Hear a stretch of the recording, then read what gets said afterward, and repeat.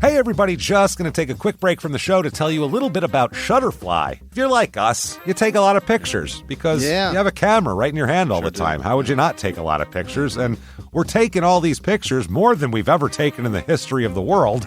What are you going to do with them all? That's the thing. You used to get a solid picture, and then you'd look through them, and you could enjoy them. Now they're like back on your camera roll. You can't even find them. You don't want that. That's why the cool thing you need to do, and what I did, and I think it's pretty cool, is create a Shutterfly photo book. Oh. What I did, and you're going to enjoy this, Jimmy, because I haven't showed this to you yet, but took all of our pictures from being on tour this year. Oh. All live show pictures, us backstage, us on stage, doing all that stuff, and like some of the, just the venues and things, and made a little photo book out of that. Also, they have free 24-hour designer service as well. With their 24-hour designer service, a professional designer is going to lay out the book for you for free in just a day. Make something that means something with Shutterfly. Enjoy 40% off orders over $29 with promo code SMALLTOWN. See site for promotional details. And now back to the show. Hey everybody, just going to take a quick break from the show to get you styled up with Stitch Fix. Shopping's hard. It's hard. With Stitch Fix, you get a stylist, though, who understands your style, your size, your budget, and they do all the shopping for you. Wow. This is excellent. Shopping, I'm telling you, shopping and figure out your style, it's overwhelming. Let somebody help you when it comes to getting dressed. We don't know what we're doing, so we let Stitch Fix help us out. A Stitch Fix stylist there. They know what works on us. We get the prices that make us look really good, and it feels good. You get some confidence boost walking around knowing that you're looking decent here. Oh, yeah. Yeah, we just give the stylist our sizes, style, budget preferences. We order boxes when we want, how we want, no subscription or any of that required. And they send called Just For Me pieces as well. Like, maybe you'd like this, and it's awesome. Outfit recommendations, styling tips. You keep what you love, you send back the rest. It's super easy. Yep. You can do it, and we are doing it because it's excellent. Personal styling for everyone. Get started today at stitchfix.com/STM. That's stitchfix.com/STM. Now back to the show. Did you know that parents rank financial literacy as the #1 most difficult life skill to teach? Meet Greenlight, the debit card and money app for families. With Greenlight, you can send money to kids quickly, set up chores, automate allowance, and keep an eye on your kids' spending with real-time notifications. Kids learn to earn, save, and spend wisely. And parents can rest easy knowing their kids are learning about money with guardrails in place. Try Greenlight risk-free today at greenlight.com/Wondery. This week in Raeford, North Carolina, police don't know where to look when a young woman disappears. But once a family member disappears as well, they begin to see the big picture. Welcome to Small Town Murder.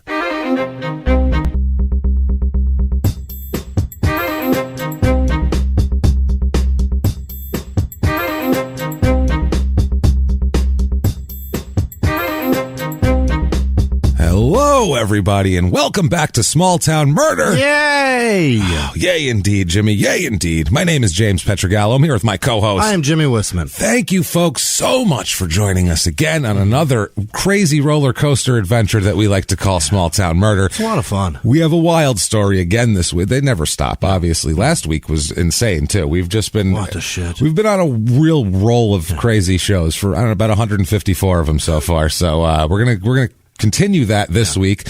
Quickly, though, just want to get some house cleaning out of the way. First of all, thank you guys for your reviews this week. Apple Podcast, that purple icon.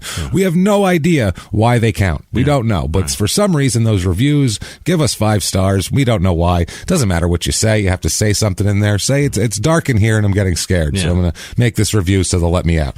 We're okay with that. So fix this. Fix this. We don't mind. It's fine. Do that. Thank you. It really does help drive you up the charts. It's a big deal. Yeah. We have no idea why, but thank you. Also, head over to shutupandgivememurder.com for everything small town murder and crime and sports. So much. First of all, if you're not listening to crime and sports, you're just missing out. This Investigation Discovery listens. They listen to it. We were on there. Absolutely. We're on the Aaron Hernandez special that they have going on right now. Listen to it. It's all mayhem and insanity and comedy and jokes. So you're going to like it. If you like this show, we promise you'll like that. Lots of new merch up. There's all sorts of new stuff up. Cool stuff too. too. Check it out. Fun. There's this great kitten with a cheer up bitch on it that's just fantastic that you got to check out. Good design. So do that over at shutupandgivememurder.com. Kittens. Oh, the kittens. But most of all, get your tickets to live shows because they're coming up soon. Yeah. All year here. First of all, the first two are sold out, Denver and Salt Lake City. 2 weeks away. That's 2 weeks away. But February 15th and 16th, Indianapolis, Indiana, and Louisville, Kentucky. Be there at those shows. Tickets still available. Louisville on the 16th is actually our anniversary of starting the podcast Crime and Sports. It's our podcasting anniversary, so it's a celebration that night. Come out and hang with us and be a part of that. It's going to be a lot of fun. Also, San Francisco in March, Detroit and Cincinnati as well. Get your tickets to all of those right now. Right. Please, thank you very much. And thank you to everyone who's already bought tickets. Yeah. Boston's just about sold out. There's like 8 single tickets in the balcony left. Awesome. Seattle, Portland's almost done there. Yeah. New York is going quickly. Get those. So, yeah, thank you guys for everything you're doing for us. We really do appreciate it. Yeah. And if you want to be even more appreciated, you can do that. It is possible, very possible. You could be one of our producers, so we talk about in glowing, gleeful, happy terms at the end of the show. We do that. And you do that very easily by going to patreon.com/crimeandsports or heading over to PayPal and using our email address, crimeandsports@gmail.com. Right. And thank you for everything you do for us. With that said, the disclaimer, it's time, have to do it. It's a comedy show. It is. This is a comedy show. Yeah. We want this to be funny. Right. That's the point. We're comedians. That's what we do. All the facts are real. Everything like that is real. Nothing's made up to make it funnier or anything like that. We're not trying to do that. No. There's enough craziness in the world. You don't have to make up a thing. That's what's beautiful. I mean, it's both sad and beautiful at the same time because there's so much crazy. There's so much to make fun of that you don't have to, and we go out of our way not to make fun of the victim or the victim's family. Why would we do that? Because we're assholes, but we're not scumbags. Now you know. That's how it works. That's our whole theory here, and that's why we think the show is okay. That's why when there's murder, it's okay to make jokes at other stuff. You don't say, "Oh my, that's hilarious! Someone's head got cut off." We never say that. That's not it. But around it, 6 months earlier, when the two people involved got in a fist fight in the Piggly Wiggly parking lot, and both got tased. But that's funny. I'm sorry, that's hilarious, and we're going to talk about that kind of stuff. And that's what we mean. So if you don't think true crime and comedy should ever go together, then you shouldn't listen to the show. Right. If you don't, I don't want to ever hear a joke because there's murder and I don't feel right about it, then go, please. Don't make be it easier. Here. It's a bad first date. Yeah. Thanks for trying. Right. Have a good one. Good luck in the future. Yeah. Don't complain later. I don't like your hair. You don't like that. I don't have any. That's all it is. So for the rest of you, though, want to have a good time with a crazy story today, I think it's time to sit back, relax, let the lungs loose, and shout, "Shut up and give me murder." Let's do this, Jimmy. Great. Let's go on a trip, shall we? Let's get out of here. Let's go from Oklahoma, in the middle of the country last week, in craziness. Now we're going to go all the way over to North Carolina. We're going to go over to the east. We haven't been in North Carolina in a while. It's been a while. It's been a year, actually. So let's do it. Raeford, North Carolina. Okay. Raeford. Oh. That is Raeford. If they come up with some weird other alternate local pronunciation, I don't know. Yeah, it's Raeford, everybody. There you go. It's in south central North Carolina, pretty much right in the middle, down south a little bit. It's about an hour and a half to Raleigh, to that area, the capital, about 2 hours to Charlotte. It's kind of down by itself here, and it's actually about 20 minutes from Red Springs, which is our last town that we did, which was episode 102. Oh, Jesus. It was a long time ago, over a year ago. Yeah, over a year ago. So this is in Hoke County, Hoke County, 4.3 square miles here. It's a smallish town, kind of in the middle of nowhere, and we'll talk about this. This town, there's a lot of edge to this town, put it that way. There's a lot of kind of estuary between the town and rural middle of nowhere. Okay. There's a prison hospital in this area. It's how far from the prison? The town's, it's kind of in the town, but it's on the outskirts. They don't put it like downtown. It's not like, there's the elementary school, the prison hospital, and the barber shop is next door. And there's a great breakfast place across the street. You can't miss that. It's on the outskirts. They need room for fences and shit. If you find the place where somebody is screaming, the numbing is not working, you found the right area. That's the one. Right there. Enjoy. Run from that area. More Novocaine. That's the area. That's there's razor wire up for a reason. That's where the best breakfast is. Oh, you know it. Yeah. So the motto here is it's one of these mottos where they just seems like they just clicked a motto generator. They're like, that won't work. That's fine. Quote, where quality living meets quality life. which also doesn't make a lot of sense, to be honest with you. Quality living makes a quality life? Meets quality life. Meets. Oh, it meets it. It meets it. I mean, if you've got a quality life, you got quality living, right? This is one of those where they popped out and they said, yeah, that sounds good, but they didn't actually think about it. Right. Because the alternate motto, I feel like that explains a lot. It's their alternate motto is, quote, what the hell does our motto mean? So... the fuck does that mean? It's a lot of, it's a different thing, I would say. They're confused people here in this town. Now, Jesus Christ. Quality living. Quality living. Now, Raeford originally, a little history, a little backstory on this town, was settled on the site of what was just an old cotton field. Oh. So it's, this is it's a rural area, and it didn't really get populated as far as a town until the late 1800s. So it's, for the South, that's kind of late. This wasn't like, it didn't burn during the Civil War or anything like that. It was just a cotton field. Just the middle of nowhere. Yeah. So, there was basically a few families there that kind of was the whole population in 1898, just a bunch of families. Yeah. And then in 1899, they extended the railroad there, the Aberdeen and Rockfish Railroad, and then that made a town. Yeah. As the railroads could just make and break town. They had so much power in this country back in the day. They had all the power. Wherever they felt like going was where there would be towns. That's why the guy that ran the railroad was always a villain in the movies. Well, yeah, because that's the thing. If he decided not to put either not put it near your town, or if he decided instead to put it right through your town, you were screwed. That was it. Yeah, Rock Ridge is going to fall. And that was the plot of Blazing Saddles. You know what I'm saying? So gotta go right through Rock Ridge here. Wipe them out, get them to abandon the town. It's fascinating. Yeah, and if they said, no, screw you, we're going to put the railroad over here, then your town would die. And it was basically the most technologically advanced thing on land at the time. It's the only way to get shit from A to B. Yeah. And what are you going to do, put it in a cart? It's the only thing that moved, really. Yeah, it's the only thing that moved quickly enough for things to not spoil and for things to not... Also, if you had big things, let's say you made something large, how many horses are going to pull that across the country? And it's, you need... But if you want a bunch of horses somewhere fast, just put them on railroad cars. Exactly. Right. So that was the deal there. The railroad was the king of this country at this point in time.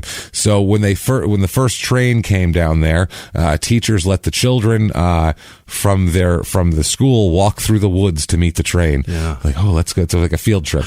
Literally a field trip through the woods to go see the train come through. Yeah, because there's a train now. There it is. There it is. And the little kids were like, holy shit, look at it. There's steam coming out. It's making noises everywhere. Why do you gotta see it? You can hear it in the middle of the fucking night. A couple of filthy guys shoveling coal. That's hysterical too. The grossness of the people that worked on them all the time. Every job was disgusting. Awful. In the late 1800s. Absolutely awful. But even if you were an attorney, I feel like at the end of the day... Yeah, you're covered in sweat. You're covered in grease and horse shit and sweat when you came home and mud, and there's just...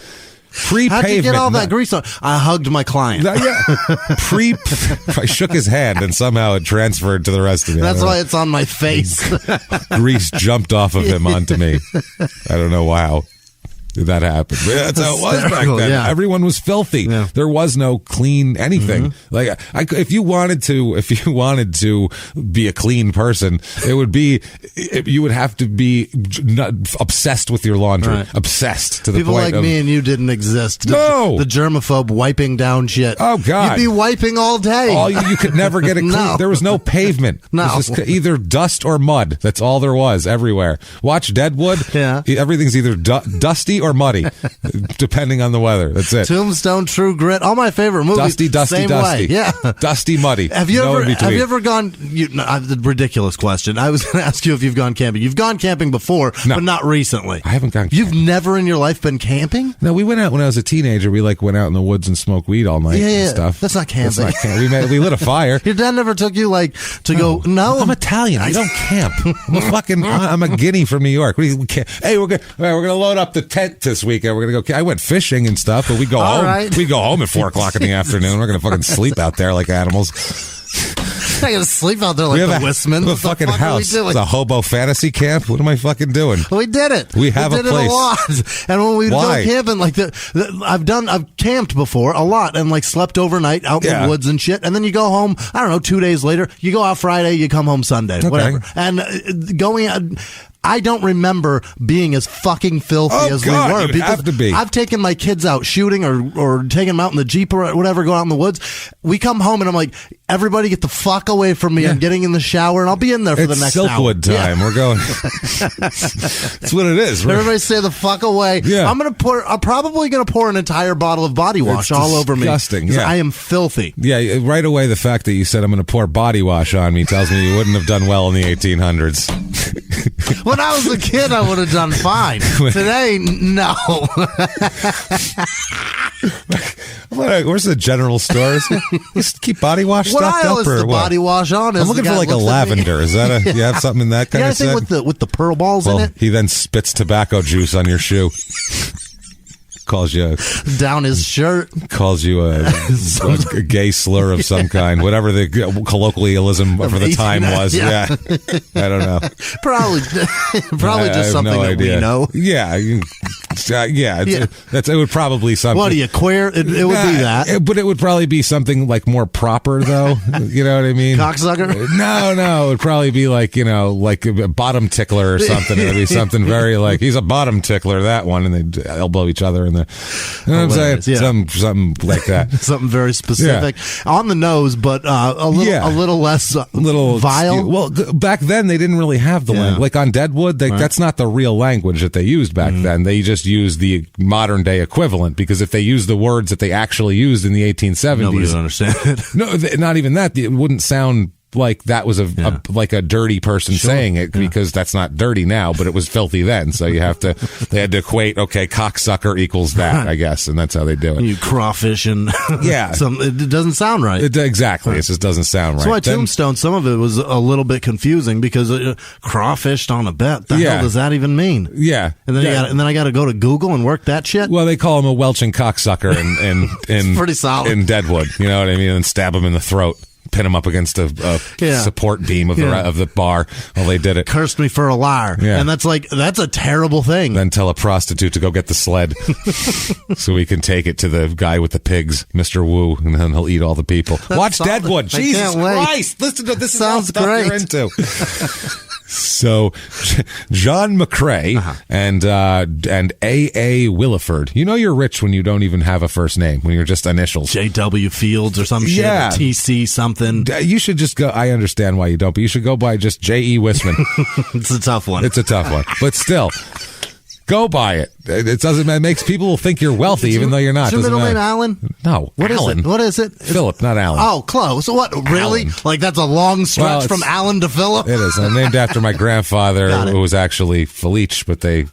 My Christ. Felice? F-E-L-I-C-E. Wow. Felice. So they call him Phil, so they Americanized it because they didn't want me to be, That's a cool name, though. Yeah. Felice is pretty badass. That's pretty good. Sounds tough. Yeah, it's not bad. So you're James Felice. Yeah, basically. You're JP Pietragallo. That's fucking great. There you go. See, I sound wealthy. That's fantastic. Right? You have a totally different view of me now, don't you, everybody listening? You're like, oh, wow, he sounds... JP over here. Hold on, wait, JP's talking. Hold on a second. Wait, I want to listen because he sounds serious now. I didn't want to listen to James, but JP Pietragallo sounds like he's got something. He's got one in the chamber, everybody. Let's take a peek. He's going to bring that railroad through here and be mayor. So these two, McCrae and Williford, AA Williford, operated a turpentine distillery and a general store. Okay. We were making that turpentine. Hell yeah. Wow, okay. McCrae had a turpentine distillery. Williford had the general store. That's how they washed things, was with turpentine. Oh, yeah. That's how you had to wash it. There was no Everyone wipes. Smelled great. Everything smelled flammable. I'd be dirty Terrific. too if my bath was watered down turpentine. There you go. Take your skin off. Jesus Christ. Nobody had eczema back then. I have psoriasis or anything like that. My skin's a little sensitive. Do you have a body lotion? No, we have turpentine. Here you go. Burn it right the fuck off. How about bleach then, if you don't want that? And we have a metal brush that you what can use. What are you, bottom tickler? Here's some bleach. There you go. And a wire brush to scrub with. That'll tickle your bottom there, feller. Now they took the Ray and the Ford from their two names, and that's where they came up with the name Raeford for the post office that they established there. The McRae family, who kind of lived down by the creek here, was made up of, they were all Scottish people. These people, all Highland Scots families here. Now a lot of this area here in the Cape, what they call is the Cape Fear Valley over here for some reason. I guess it's I don't know why they call it that. But anyway, there was the largest settlement of Gaelic-speaking Highland Scots in North America were in this region. And now there's a lot of them still that they've now turned into hillbillies, obviously, which is, it's the Okie phenomenon. Yeah. It's that thing. Well, basically, people who okay, how do we put this? Okay. The stock, Jimmy, let's talk about your stock that you come from, okay? And I would throw myself in there, but we didn't get here till much later. But the white trash stock comes from, a lot of it is from people who had a real shit time in England and were, marginally on the edges of society. Sure. And it would be like, well, you can either be imprisoned here or you can go to the new land and have a period of servitude, and then you can be free. So that's what they would do. They would come over here rather than be in prison, and they'd work on farms and shit like that, and then eventually that would be, they'd have freedom. And then, they had nothing also at the same time, and then they turned into criminals. To Jimmy Whisman.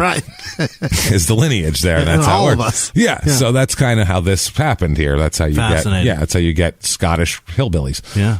And eventually they become hillbillies. That makes a lot of sense. Yeah. It's a weird, who was that? Nelson Algren wrote a book about that. It was, God damn it. Maybe that's why hillbillies are quote unquote outlaws. You know what I mean? Like on the fridge of society. That's they're born and bred. Yeah. Australians are crazy. Yeah. There's a reason for that. That's what I'm saying. That's crazy. That's what it was down there too. It's the same thing. All right. Yeah, that's what it was populated by.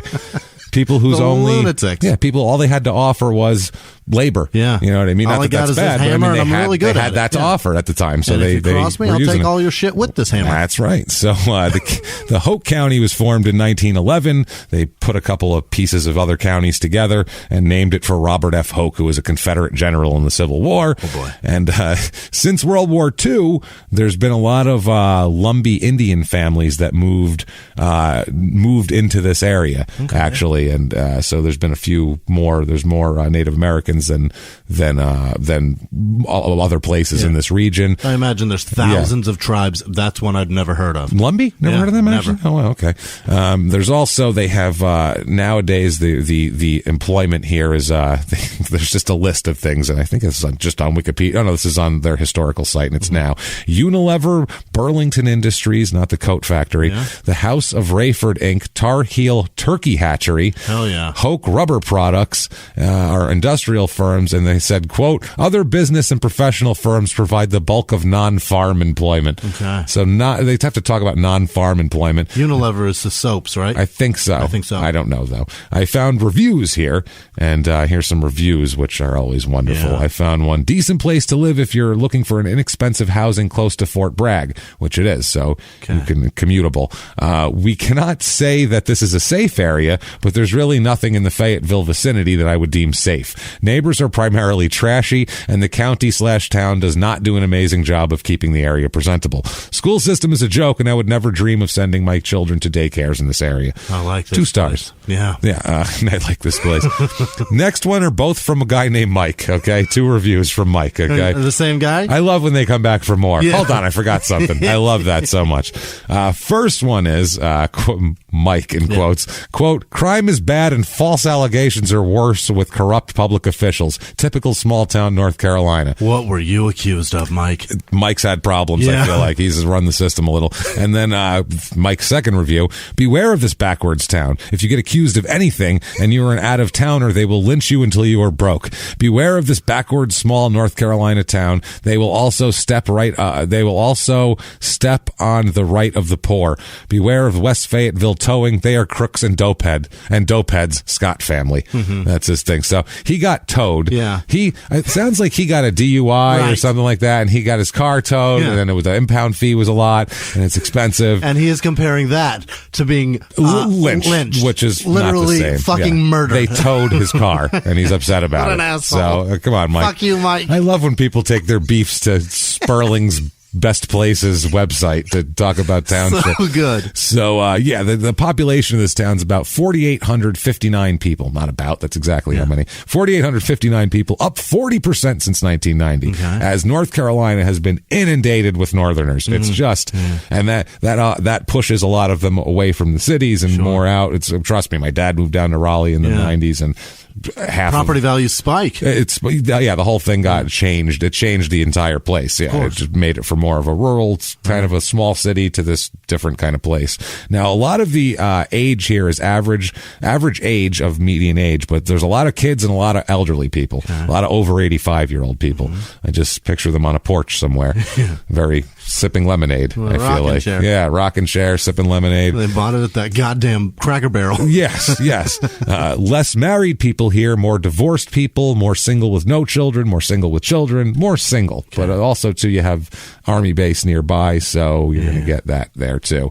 Race of this town, this is different for small town murder, 39% white, 44% black. Yeah. That's one of the few we've had that's more black than white. 1.5% Asian, 3.4% Native American, which is way over the national average, and about 10% Hispanic. So it's a mix. Town's got a mix. It's got diversity. It's not like our normal kind of homogenous town here. North Carolina is heavily populated with African Americans. Oh, yeah. I dig that. That's a very cool.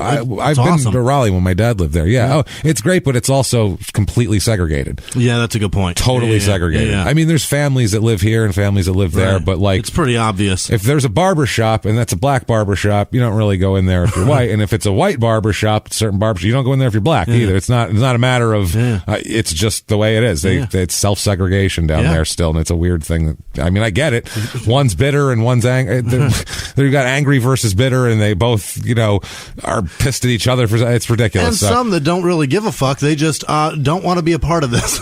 That's the other thing. And then if you come there as an outsider, you're like, what the hell is going on? Right. What's going on? Weird. That barbecue looks delicious. I want to go there. Right. And also, that hillbilly's got some service I would like to serve. Well, why can't I have both? I don't understand. Why has he got all the beer? I'm going over there. In New York, you can go anywhere you want. It's fucking great. So I don't know. Not to take sides on the whole Civil War thing here, but I'm from New York, and I tend to see that as like, I don't know, not perfect by any stretch of the imagination, but I've never been told like, you can't go in there. That's a black restaurant. Like, what? I've never been told that before. I've never been heard that like, black people can't go into that place. In New York, if someone gave someone a hard time for being black, like overtly, it would not be considered okay. And it'd be loud. And it'd be loud. At least when I grew up. At least when I grew up. I mean, I'm sure in different times it was different, but in the 90s it would have been like, hey, what the fuck, dude? The hell's wrong with you? Religion in this town, about 25% are religious, which is low for this area. Most are Baptist, who are religious, obviously. Sure. Baptists are the Catholics of the South, as we know. 0.0% Jewish, though. They're not having any of that down there.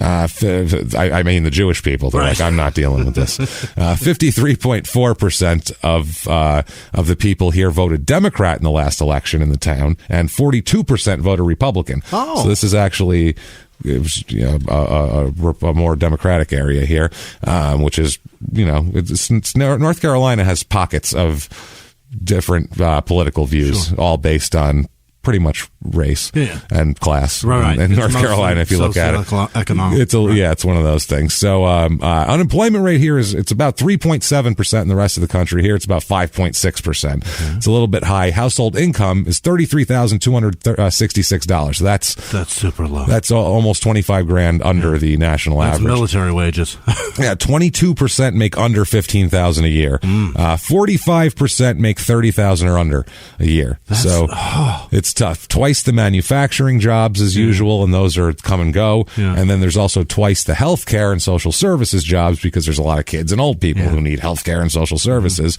Cost of living is an 89 out of 100. Housing is a 76 out of 100. That's still not low enough. No, median home cost $177,000. How do you do it? That's what I mean. On that's a low wage for that. And well, you know what? If you're going to try, we have something for you. We have the Raeford, North Carolina Real Estate Report.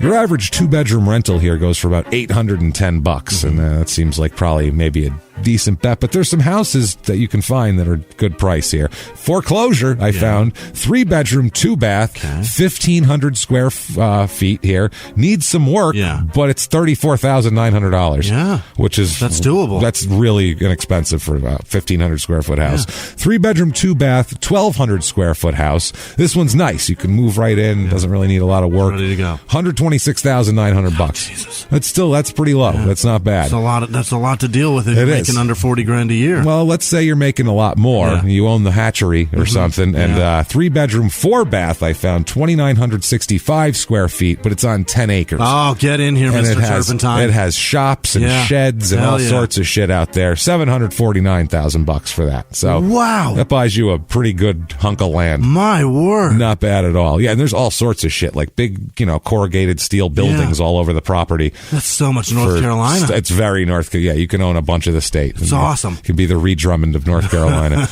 Get in there. Get in there. Things I never want to hear get in there associated with Reed Drummond. Just no. Get it in. Oh, it's even worse. Things to do here. I found, what else do you need? The 30th annual, or this year it'll be the 31st annual, North Carolina Turkey Festival. Oh, boy. Oh, baby. That begins here. The annual tennis tournament kicks it off. What? What the fuck does that have to do with a turkey festival? No. So we're going to have a turkey festival. Excellent. That's great. Yeah, a lot of hatcheries around here. Awesome. All right. So we're going to have the festival. We're going to have, vendors, people, with turkey wares, turkey products, new things, showing how good their turkeys are. How do we kick it off? Well, a tennis match, obviously. Oh, clearly. Okay, good. Badminton, you got at least the birdie. Yeah. You know what I mean? Or we're going to have a hockey game at intermission, too, in between the parade and the turkey parade. It sounds like that's the only thing that's plentiful there is just there's a tennis court. So they're like, we could do that. There's grass. We have some grass. We could paint lines on it, put a net up.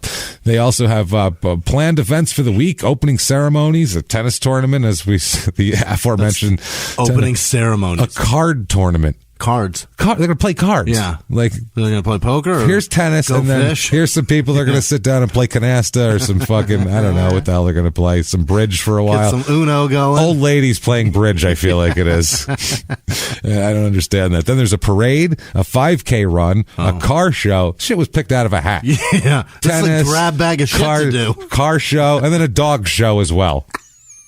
After that, what can we show off? I got a car. I got a dog. I'm gonna put my dog in my car and win the whole damn thing. Grand champion of the festival, everybody. I'm gonna teach my dog to drive and play tennis. Fuck with me. Well, you can teach him to do one other thing. You can you can win the finale, because the finale of the whole thing is a turkey cooking contest and bake off. Oh my god! So if you can teach your dog to cook a turkey, you could win it all. You hate Thanksgiving food. Oh, it's gross. This whole thing like potatoes. is a piece of shit to you. That's not necessarily. That's every day. I like a turkey sandwich, a cold cut wise, and slice it. But a whole goddamn turkey to carve up and pull breadcrumbs out of his ass. I'm good. That's a lot. Am I right? It's a lot to do. I'll take the crispy skin, but you can keep the rest of that shit. This is a stupid This is no festival. fun. No fun. They have contests. The Turkey Festival is at the North Carolina Poultry Federation. Oh. That sounds like a wrestling company. The North Carolina Poultry Federation champion, Jimmie Whisman. Come out with wearing a chick in his pants. Your legs sticking out through the leg holes. It's wrapped around underwear, a loincloth made of chicken. Through its neck. A loincloth of raw chicken. That's what I can see you walking out in. The North Carolina Poultry Federation. And you have now designed my entry to all live shows in the future. The NCPF heavyweight champion. It's only me. I'm the heaviest of this weight. It's perfect. So, Jesus Christ. 4 finalists will compete in the turkey cooking contest. Will be competing for top award-winning recipe of $500. Oh. $500 for the best turkey. Bakers young and old alike will be competing for the top award-winning bake-off title. So there you go. Boy. Entry forms are due by August 8th, everybody. We can't just walk up with a turkey and be like, I'm going to cook this fucking thing. You're pitting old women with Kids? 50 years of experience making a turkey against little Nancy over here. These kids now, forget about it. They'll probably do some crazy, weird technique. And have you watched like any Food Network show with children cooking? Like, I don't know how to do any of that. And I'm a pretty good cook. And some kid will YouTube something and make the most amazing turkey you ever seen. They're all James. like chemists now. Like, what is happening? So my turkey shoots fireworks out its ass. Look at that. It's great. It actually tastes like licorice. You're like, what? How did you do that? Did you make it taste like a Twizzler? Get over here, Willie. Little Willy Wonka, you bastard. Little fucker. So crime rate in this town, what we're interested in, the important stuff here. Crime rate, property crime is almost double the national average. Really? So there's the review wasn't off on that. And then violent crime, murder, rape, robbery, and of course assault. Don't forget assault. The Mount Rushmore of crime is also about 25% high. Wow. So there's some shit popping off here. There's a lot dangerous little place. Yeah, there's a lot of crime. And when you get like, there's people it's kind of, like I said, there'll be some people from Fort Bragg, some people from over here. So it's kind of, some of the crime is transient in nature in terms like people aren't even from there. But crimes are committed there. It's 4 square miles with some rural shit. Yeah, it's 4.5 square miles of town. And then there's a lot of farm and rural and a prison hospital and all this other shit out here. So speaking of that, let's talk about a murder. Shall we? Let's get into this here a little bit. Let's talk about some people. I'm going to go back in time. Make it juicy like a butterball, James. Let's do this, baby. Let's go back in time. Let's go back. Let's have the clock spinning, lightning flashing. We got to do this. We're going to go back. We're going to bounce around a drop on time. So pay attention to the timeline. First, we're going to start in 1980. Okay. Just to give you an overview of a person, and then we'll kind of go back and tell you how they got. Hey everybody, just going to take a quick break from the show to tell you about the safest sponsor ever, Simply Safe. Absolutely, these people will keep you safe. It's amazing. You know that every 26 seconds a burglary takes place in the United States, according to the FBI. That means that by the time this podcast is over, dozens and dozens of homes will have been targeted, ransacked, God knows what happens here. So protect your home before it's too late with Simply Safe proactive security system. Simply Safe helps stop threats before they even have a chance to break in. Named Best Home Security System by U.S. News and World Report 5 years in a row. And by us for about the last 8 years as well. If you trust us, believe me, you want Simply Safe. So visit simplysafe.com/small to claim 50% off a new system with professional monitoring plan and your first month free. That's simplysafe.com/small. There's no safe like Simply Safe. Now back to the show. This show, Small Town Murder, is brought to you by BetterHelp. Get yourself some therapy, everybody. Honestly, here. We often hear about, red flags that you should avoid. Hey, that's a lot of a thing. It's become a real phrase now, real cliche. But why don't you focus also, you look at like green flags in friends and partners. Look for good things as well. And maybe you're not sure what that looks like, though. Therapy can help you figure that out. What are positive things? What are the green flags? And then you can practice them in your relationship. It's absolutely a fact. And so, honestly, we absolutely are huge advocates for this. It really, really helps. BetterHelp is fully online, making therapy affordable. It's convenient. They serve over 5 million people worldwide. You can access a diverse network of more than 30,000 credentialed therapists, wide ranges of specialties there. Here's the coolest part. You're not getting along with your therapist, you're just not feeling it, you can switch at any time, no extra charge. Wow. The thing is, they want you to get help. That's it. And you can do it with BetterHelp. Discover your relationship green flags with BetterHelp. Visit BetterHelp.com/smalltownmurder today to get 10% off your first month. That's BetterHelp, HELP.com/smalltownmurder. Now back to the show.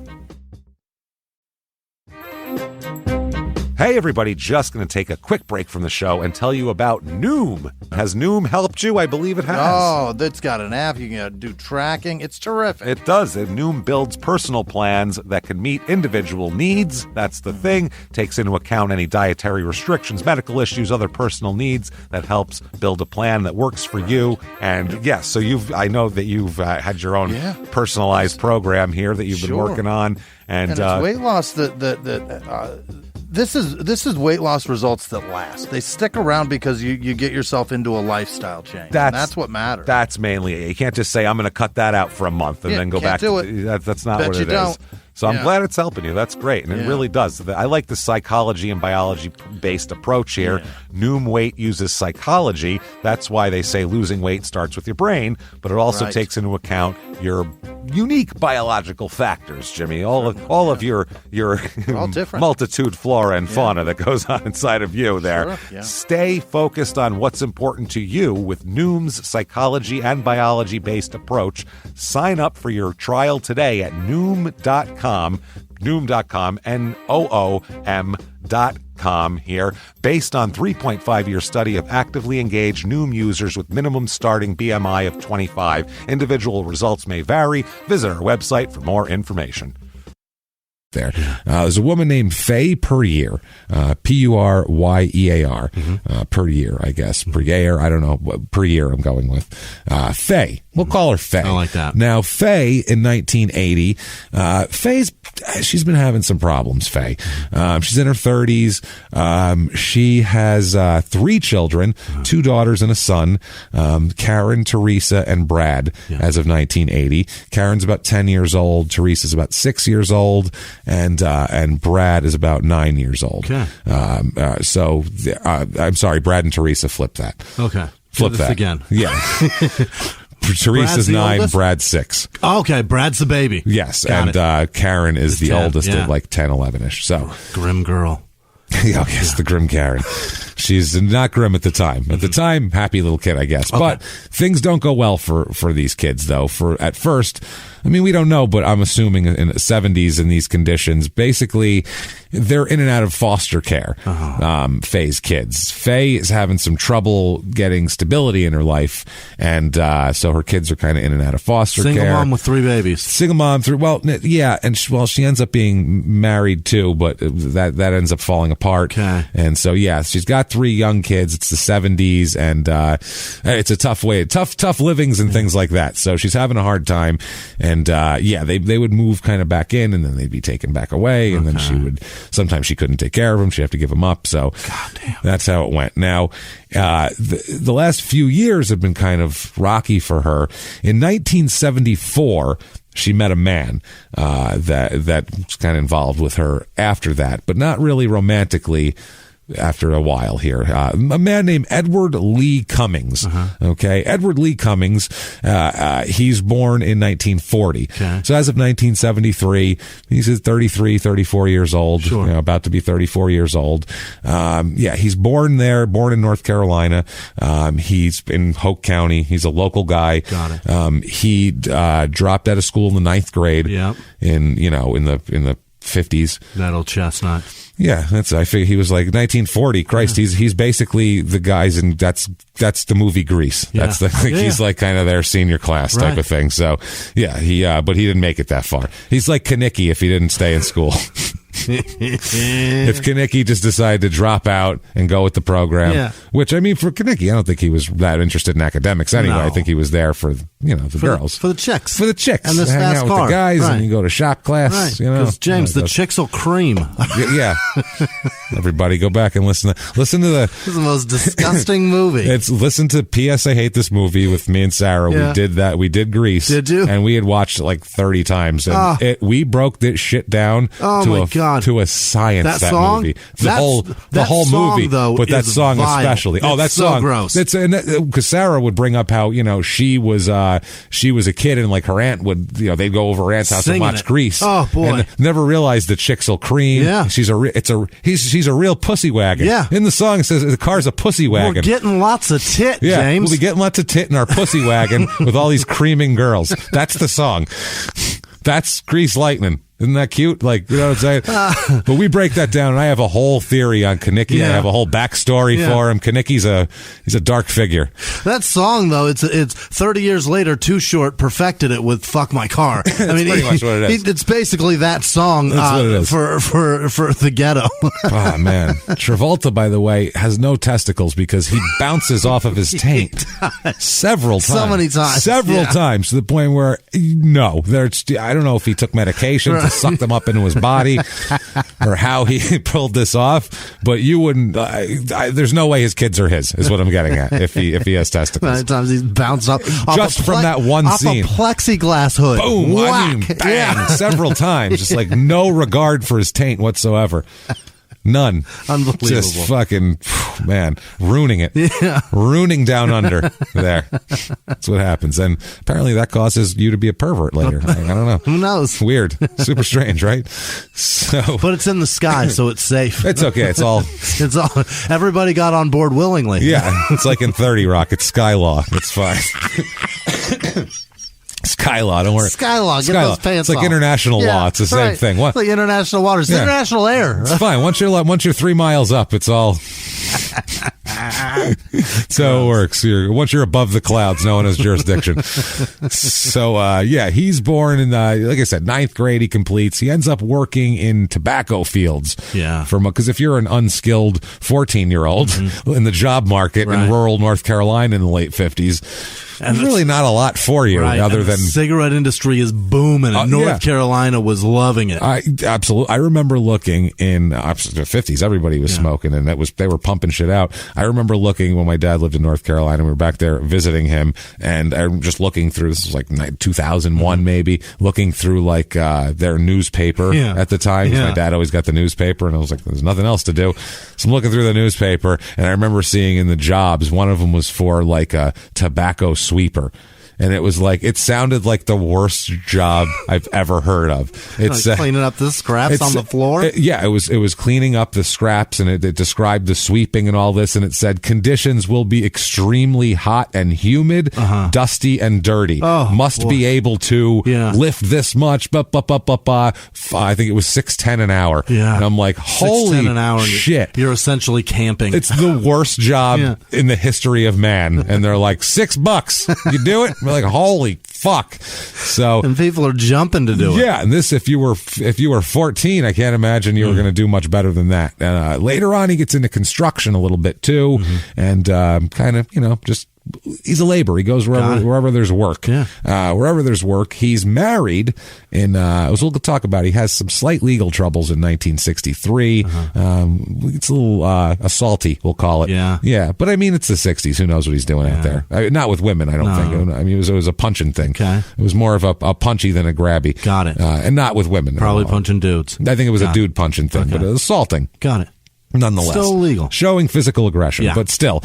He marries a woman named Hazel McNeil in 1964, and they end up having 4 children together. So old Edward Lee Cummings and Hazel. He's banging out Hazel. Eddie and Hazel are being fruitful and multiplying, we'll say here. So, they get together. Now, they have, this is a rocky marriage, always. Like, he's in and out of it. Him and Hazel. Yeah. How Edward and Hazel. Oh, boy. Eddie, because they call him Eddie. Eddie and Hazel have had a real rocky road, we'll say. They live with each other. They don't. He'll, go live with another woman for a while and then he'll come back. It's like crazy shit. There's probably 7 people under 60 today named Hazel. And they're all named after their grandmother. But pretty much anybody named Hazel after her has had, they experienced She might have a granddaughter named after her. That's the thing. Anybody named Hazel, this is basically their life. This is their life. Right. Yeah. So he always has a home that he provides for them. And, he'll be in and out of it, though. That's the thing. Yeah. They end up settling down in Willow Springs, North Carolina, and that's where his main house is, where she and the children live, and where he periodically lives, and if he's not going out with other women. And he will talk about him because he's kind of a disgusting person. And he's got some problems in his personal life. He's got some shit that's not quite up to par. A little dirty. Hang-ups. First of all, he owned 2 nightclubs over the course of his life, which is fine. You know, that's a legitimate business. Yeah. But I've never met anyone who owned a nightclub who wasn't a complete scumbag. That's the other thing, though.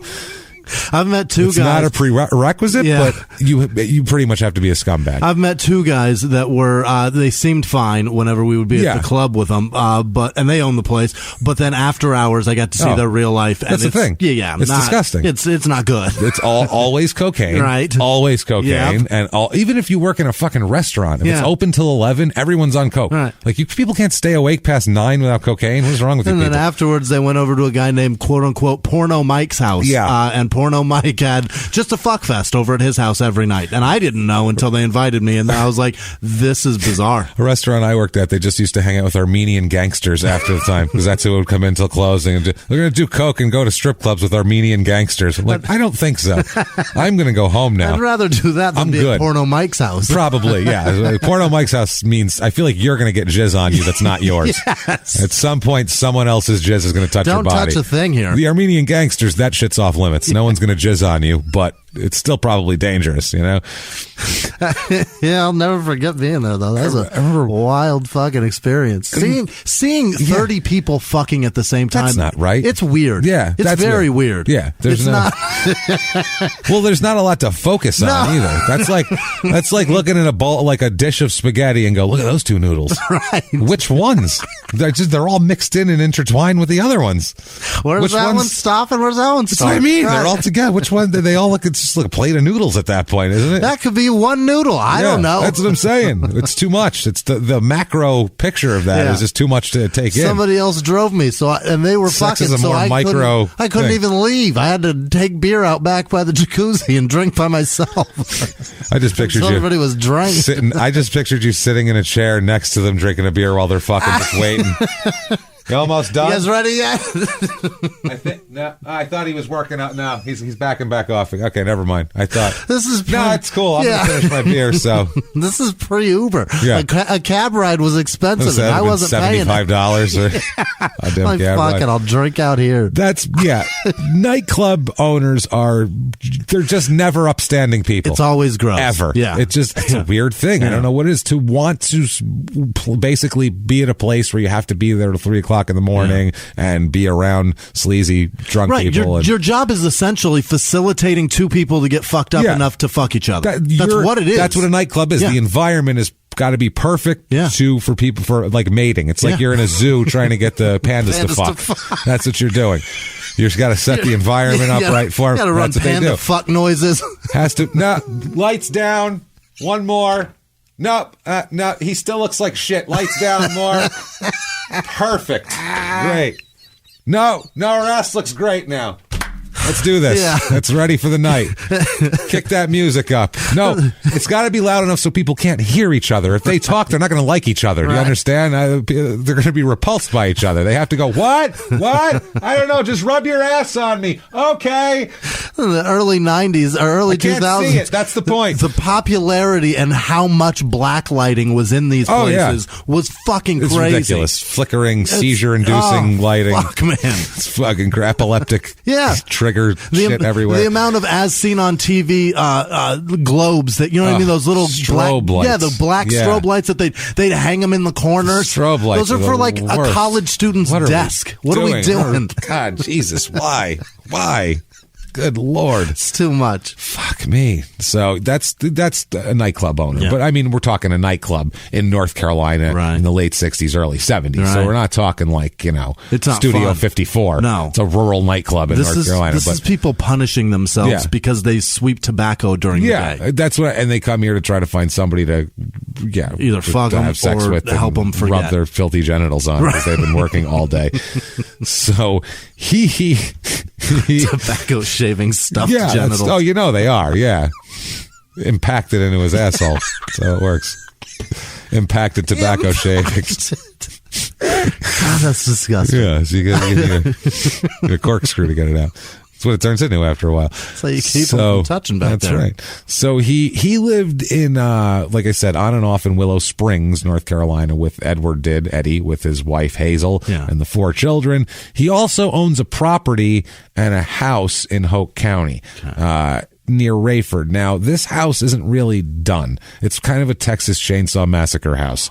It's just kind of, he bought like this property with a dilapidated house on it that's out of a horror movie. Yeah, that's what it is. So his job is to raise it and build a new one. Yeah, he's kind of doing that part. He's kind of fixing it up here and there as he goes. Yeah. But we'll talk about it. He's not the most really focused, studious guy in the world, and it's expensive to remodel a house, so he doesn't have a ton of money to do that. So he does know his construction, so he's kind of working on it. His plan is eventually to have a nice house on this property. It's gonna be fucking 90. But he's had it for a while too. This property. So now in 1974. Eddie meets Faye Puryear, who we talked about before with the three kids, Teresa, Karen, Brad, in and out of foster care. In 1974, he meets her at a nightclub in Raleigh. Okay. And like we said, this is like an hour and a half away from here. And, this is a nightclub. And yeah, Raleigh's a city. There's a shitload of colleges there. So you have the four major colleges in that area. So, I mean, forget about it. There's a lot of nightlife. Sure. UNC, NC State, Wake Forest, Duke are all right there. Yeah. So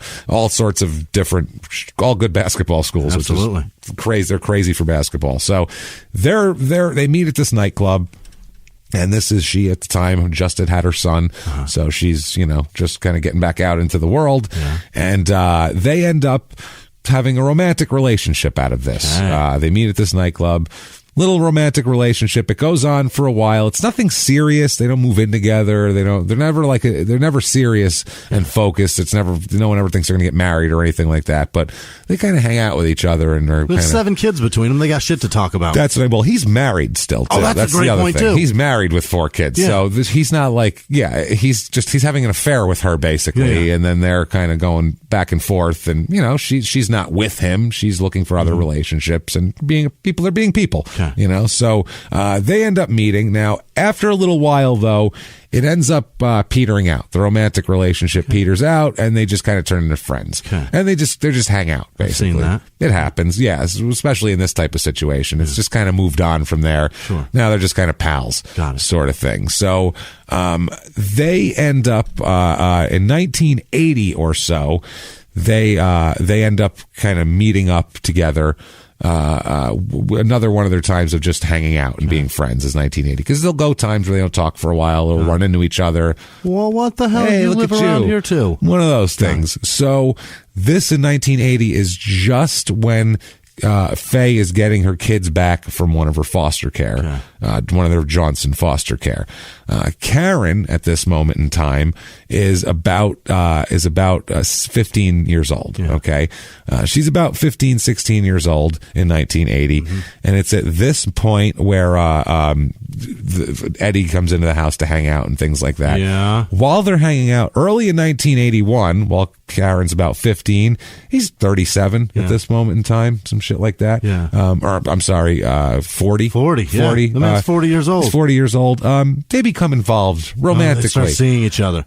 She doesn't get to make that decision. That's not seeing each other. A 40-year-old and a 15-year-old together is just molesting. Yeah. That's all that is. It's just grooming and raping. You can put any title you want on it, and you can say age and this and that. That's just molesting. I don't care what. I don't care what the law is there. I don't care if it's consensual molesting. It's still molesting. I don't care if she's like, cool, molest me. That's not her. She's too young to make that decision. Yeah. That's why there's laws.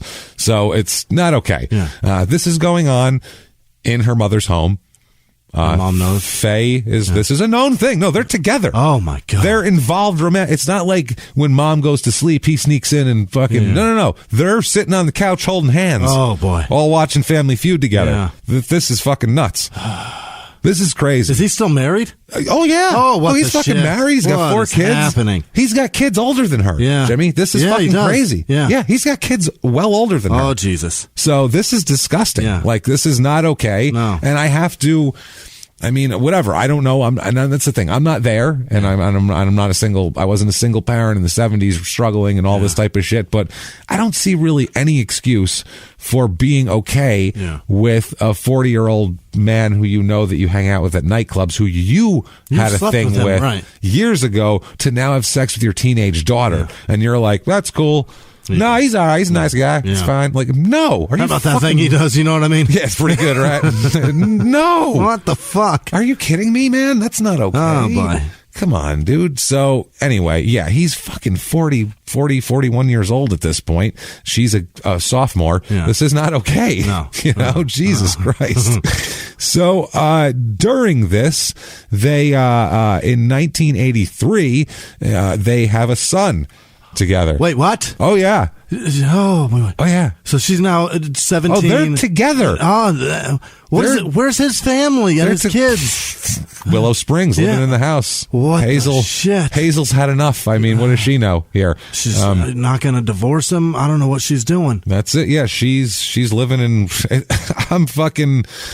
I am shocked by this. How is it even here? This story doesn't even make sense. They stay, Hazel and the 4 kids stay in his home that they sort of live together in up until August of 1984 when she takes off. But in the meantime, he is married, but also staying here and having a relationship with a teenager, essentially, with a high school student. So and creating children with creating. Let's talk about those children. One of them, Clifford Allen, Little Cliffy, as they called him. He was the first one here. Now, Little Cliffy, he's born in late March 1983. He ends up dying at 5 weeks old. Oh no, Little Cliffy, of what they called sudden infant death syndrome, and they didn't know at the time. But I mean, we've talked about that before. The most frightening thing on the face of the earth, and it's got to be the most scarring as a parent. I didn't sleep for 2 years when both of my kids were infants, just because I would stand out. I kept checking them to make sure they were breathing, because there's no symptoms. We've talked about it in Crime and Sports. There's no symptoms of SIDS. That's it. They go, is it a baby? Yeah. Yes. Is it supposed to be alive? Yeah. Yes. Is it? No. That's it. That's it. Those are the symptoms. It's fucking horrible, man. Those are the symptoms. It's supposed to be alive and it's not.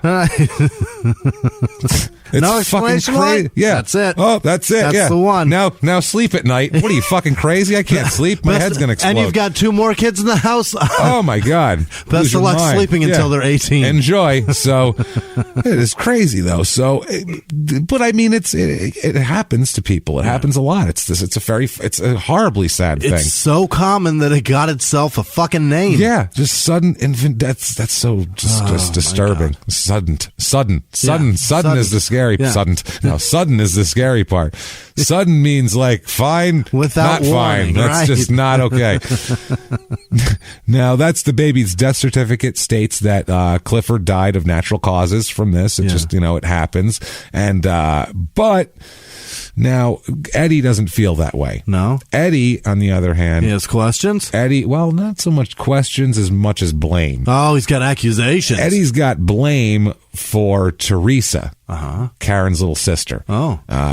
Who's a teenager at this point, is 15 years old. Yeah.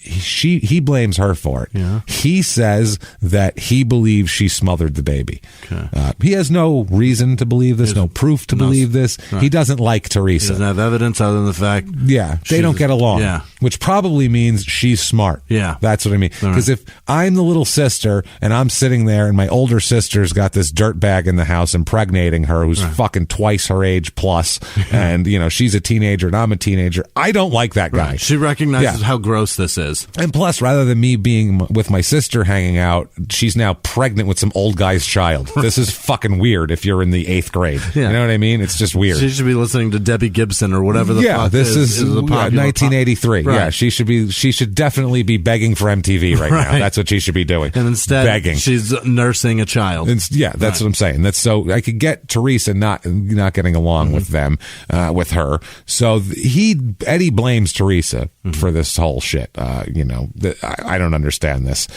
Just blames him like crazy.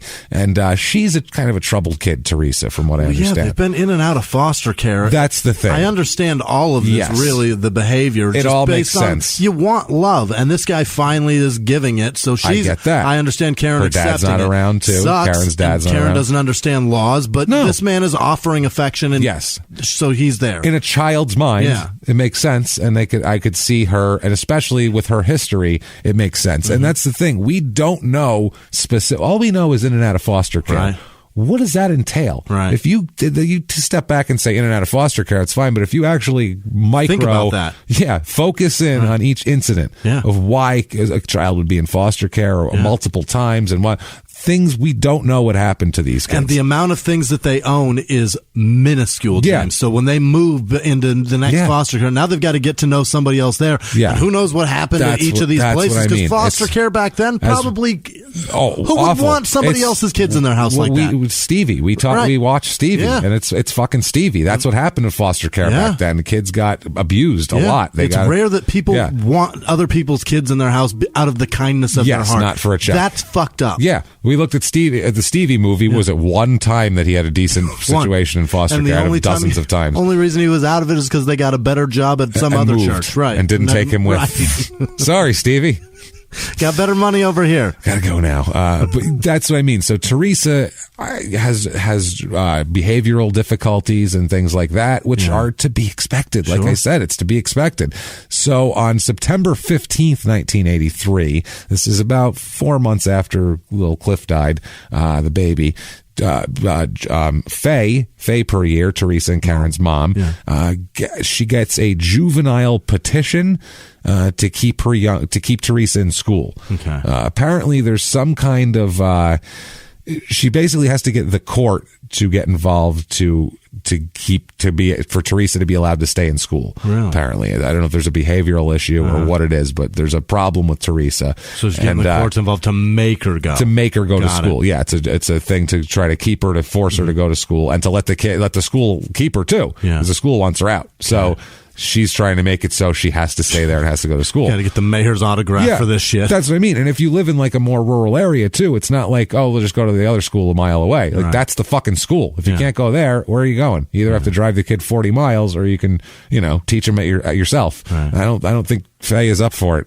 Just based on the past. I don't know. I don't know. Who knows? Maybe she just got her degree in whatever and she's ready to teach, but I'm not sure.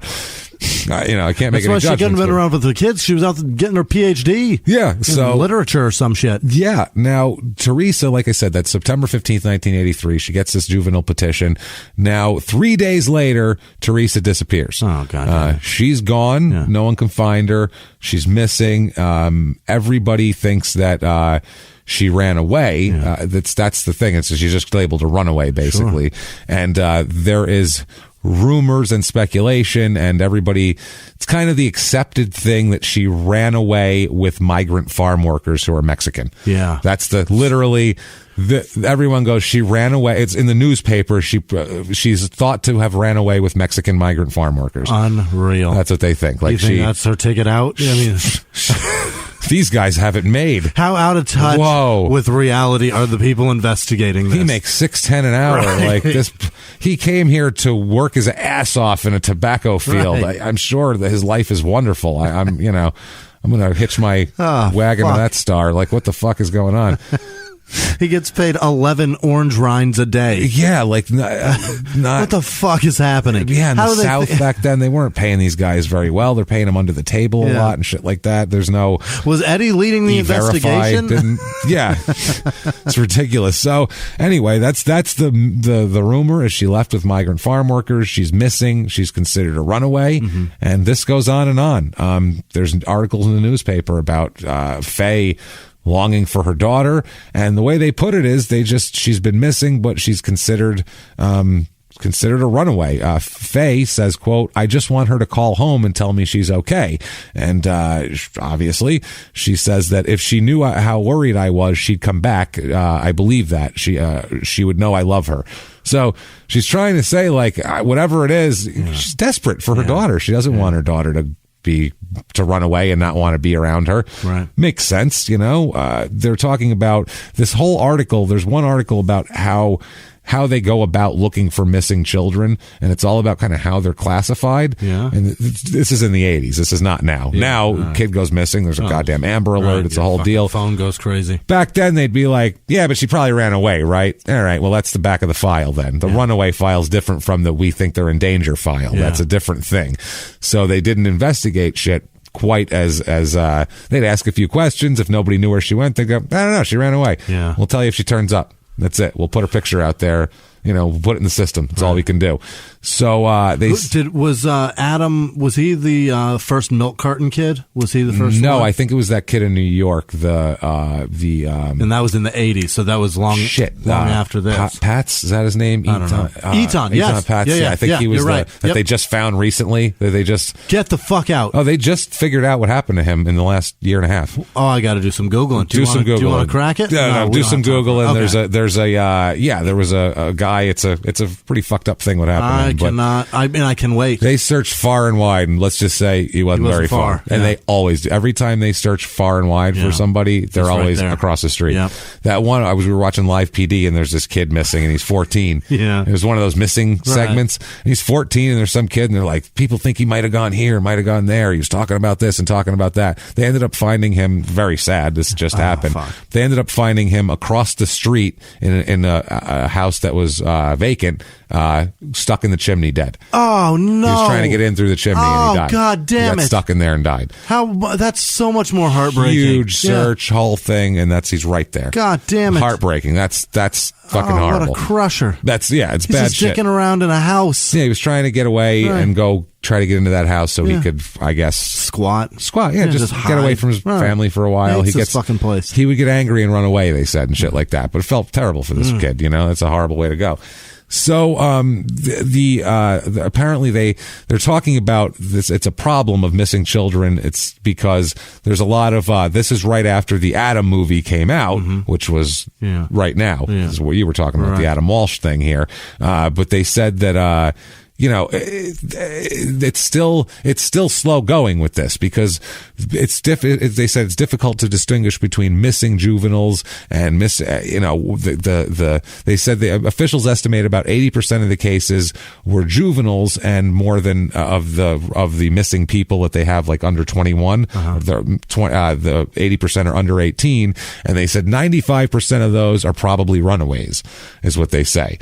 So they say the manpower to chase down runaways, they just don't have the manpower to do this, basically. That number seems optimistically high. I would say so. Wow. We're not what do they trouble. think? What do they think? There's some place. It's probably true though there's too. Fucking Neverland somewhere where all the kids go to never grow up. What are you talking about? They're all in a cave somewhere. Right, they all jumped in a floating boat and followed the Lord of the Flies. Right. Island is there. It's so dumb. No, that is a fucking unbelievably optimistic number. It's also true, though. Really? Yeah. 95%? Yeah. There's very little actual stranger on child murders and abductions. It's super rare. We hear about it because that's the media. That's what's interesting. I wouldn't even say stranger. I'm just saying abduction and murder. But most kidnappings are as a parent. Right. So that's, who he is and you know where he's at. That's not a missing kid. That number's probably not missing kids. It's the parents buried somebody in the backyard and was like, run away. This doesn't count as for kidnapped kids, like known kidnapped. Like my husband took the kid, I don't know where he is. That doesn't count for these missing kids. These are just, I don't know where the kid is. He's missing. Me and the father are both standing here. We don't know where the kid is. It's one of those things. So most of those are runaways from bad situations and things like that. And the guy says, this is a Raleigh detective. He says the majority would be what I call overnighters. They either come back home within 24 hours or have made contact with their parents. They were me. That's what I mean. Yeah. That's what I'm talking about. Most of these kids, if you need to search for them right away like they do now with an Amber Alert, but most of these kids, if you did, you just find them at their friend's house or like they're not in trouble. They just a loaf of Wonder Bread and peanut butter They're jar. sitting in the woods fucking going, I'll show them, goddammit. Fucking, I got my sleeping bag that I got from my closet. Fuck, it's cold. I'm going home. I brought my tent. My tent has Scooby-Doo on it. Yeah. I'm going to make it. I'm going to do it right now, goddammit. Till a tornado comes through this motherfucker. I'll make it. Hey, everybody, just going to take a quick break from the show to tell you about a healthy, delicious item, Hero Bread. And we're both trying to get healthier this new year. Jimmy had a eye-opening doctor's appointment and things like that. So we're trying to get healthier, and I'm telling you right now, this Hero Bread is a good step in this direction. It's delicious, and it is really good for you, and it's really excellent. They have the sliced bread is good, the bagels, the tortillas. I know you've been they're terrific. Ranting about the tortillas. They're so good. With Hero Bread, you can focus on your health goals and still indulge in the soft, fluffy experience you love, but guilt-free. I really love the little Hawaiian rolls, too. Yeah. They're so good. They're so good. The Hawaiian rolls, they're legit. They're fluffy. They're exactly how you want them to be. You'd never know it's low-carb and high-fiber bread from the texture. You get the soft, fluffy experience you know and love with your savory breakfast sandwich, late-night grilled cheese, Taco Tuesday. Do it. No compromises, just flavor, ultra-low net carbs, 0 grams of sugar, high in fiber. It's fantastic. Hero Bread is offering 10% off your order. Go to hero.co and use the code SmallTownMurder at checkout. That's SmallTownMurder at HERO.co. And now back to the show. Hey everybody, just going to take a quick break from the show and tell you all sorts of good stuff about Chime. That's what I'm talking about. There's so many extra fees you have to pay in life. Everything. You go to the airline, there's an extra ticket on that. There's extra fee on every fees and fees, hotels, fees, all this type of stuff. We're trying to make progress, and the next thing you know, here comes another fee coming at you, and it's more money than you expected, and your whole math is thrown off, and it's awful. Learn more at chime.com/smalltownmurder. Chime is great with that stuff. I mean, you can't beat if your things are a little tight, especially around the holidays or after the holidays. You need that money a couple days early, or you go grocery shopping. You got a car payment due. There's so many things that don't cross over exactly how you want them to cross over. Make progress toward a better financial future with Chime. Open your account in 2 minutes at chime.com/smalltownmurder. That's chime.com/smalltownmurder. Feels like progress. Banking services and debit cards provided by Bancorp Bank N.A. or Stride Bank N.A., members FDIC. Spot me eligibility requirements and overdraft limits apply. Boosts are available to eligible Chime members enrolled in Spot Me and are subject to monthly limits. Timing depends on submission of payment file. Fees apply at out-of-network ATMs. And now back to the show. Yeah. So the Raleigh police, in this particular case, they say publicly to the newspaper they believe Teresa per year is a runaway. Yeah. And that's how they're looking at it. They think she's a runaway, and they'd like to find her, but they're not going to put as much effort into it as they would if they thought she'd been, abducted or something like that. They think based on her history and based on what they've heard from her friends and people around, they think she's a runaway. Yeah, that's what people said. Her mom, though, Faye, is not so sure. She says, I don't know if she ran away. Teresa would get mad, but her anger never ran long. She has never run away before. So that's a new thing, though, but it could happen. Who knows? She said that she understands that this is there's a lot of missing kids out there and that the police have to investigate everybody, but she said still she's not satisfied with the department's handling. She said, quote, I went to see Chief Heineman and could not see him. I went to the SBI. They told me that they could not get involved unless the police requested help. So they went to the Bureau of Investigation, can't help there. She went to see the chief of police. They said they're not interested in seeing you right now. Got lots of missing kids, sorry. So she's being shunted off because she's poor, basically. That's how it's working. I guarantee you, if it was some rich kid that either ran away or not, the mother would be able to sit down with the chief of police and talk to him about, just at least to express her concerns. Sure. I would imagine. But these people are treating them like they're trash and just kind of, who cares? Yeah. One of those things. So they said that they treat the most missing cases as if there were foul play involved because they want to be. That's how everything should be treated. Yeah, he says, quote, we treat a missing kid as a high priority case. We follow up on a case just as if there was something wrong. We do a lot of interviews and neighborhood canvassing if it's necessary, and usually it's necessary. But he said in the Teresa's case, he said, quote, we've been to numerous places in the city and county to try to locate the child. We have talked to several other agencies in an attempt to find her. So he's saying, look, we fucking tried. I don't know what to tell you. Doing our best. Yeah, he said another person that ran the juvenile unit said, quote, I've had those types of cases where the parents felt there was something wrong. They said their child would not take off and run, but nothing in the investigation indicated foul play. But I've been fooled. All you can do is go on face value. Basically, they have to predict based on the parents' level of, antsiness and the kid's history, whether they would run away or not. I think she'd run away, and they kind of make that judgment and prioritize accordingly, which seems really fucking weird. That also seems like a tough nut to crack to make an appraisal there. Yeah, that's the other thing. Yeah, that's a fucking. I wouldn't want to be a cop making that. No, that's terrible. How are you going to do that? Imagine, I don't know this imagine kid. making that judgment call of they're probably fine, right. and then finding out that they're not fine Find later. them in a creek. Yeah, that's tomorrow. what I mean. How would you feel about that? Jesus. I really thought they ran away. Right. I thought she ran away with the boyfriend. What are you going to do? Live and learn, I guess. Boy, was I wrong. You see this shit? Oh my God, she got no fucking head on her. Took her head right off. This is crazy. You can't run away like that. Yeah. So obviously Faye is in a tailspin here. Yeah, obviously, Ken. This is crazy. She says, quote, I've gained 25 pounds since Teresa left. See how she even says it? So since Teresa left. Nerves. I cry a lot. I haven't been sitting still. I've been looking for her. I know Teresa's got to be out there somewhere. Even though it just might be a wild goose chase, it makes you feel better. You never think it can hit home, but it can. Yeah. So this is a horrible woman, not a horrible woman, a horrible situation where a woman is fucking obviously super distraught. I mean, who wouldn't be? She's losing her mind. It's goddamn crazy. Well, she's missing still. She goes missing. That's 83, September of 83 into 84. She's still gone. Yeah. They still can't find her. She's still missing. By 84, though, Karen has another child. God damn it. Another one of Eddie's kids. Yeah. At least she's like of age now. Yeah. That's nice. That's a fucking plus. I can't even imagine. This is insane. A daughter named Crystal, which they have now, which is a very 80s name. It is.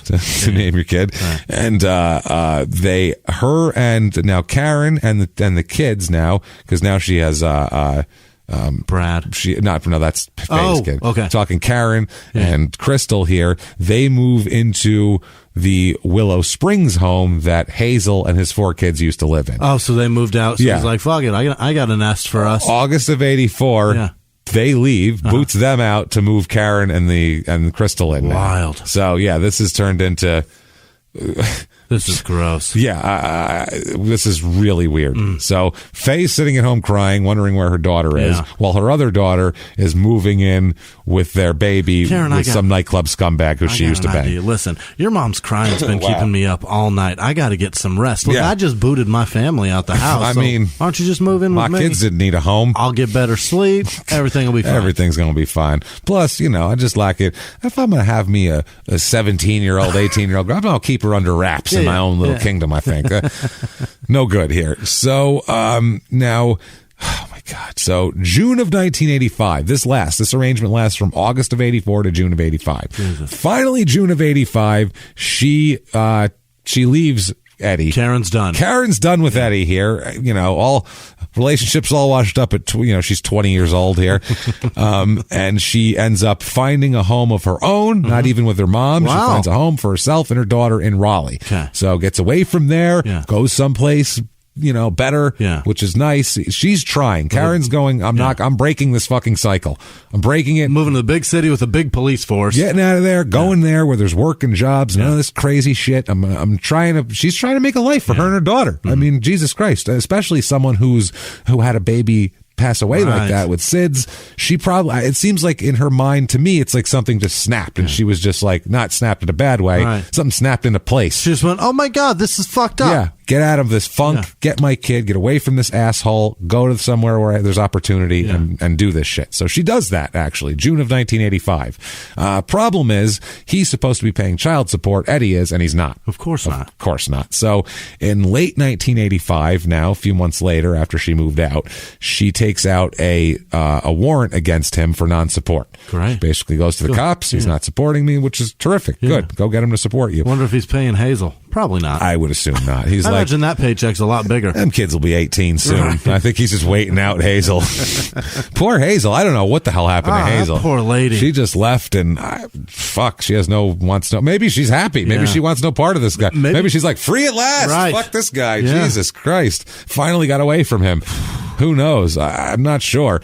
So she takes out a warrant against him. Hearing is scheduled for November 20th, 1985. This is in October. She takes out the warrant. That's October 10th. It's a criminal complaint, actually, this whole thing. So now 5 days after that, October 15th, Eddie takes the kids to his house when basically they had another baby in there too. Okay. There's another son they had. So there's two little kids. Karen's got two kids. Karen's got two little kids that are alive, and then he's got 6 alive kids. He's got 6 alive kids. This guy that we know of. Right. That's documented in a legal fucking case in court. I'm not sure.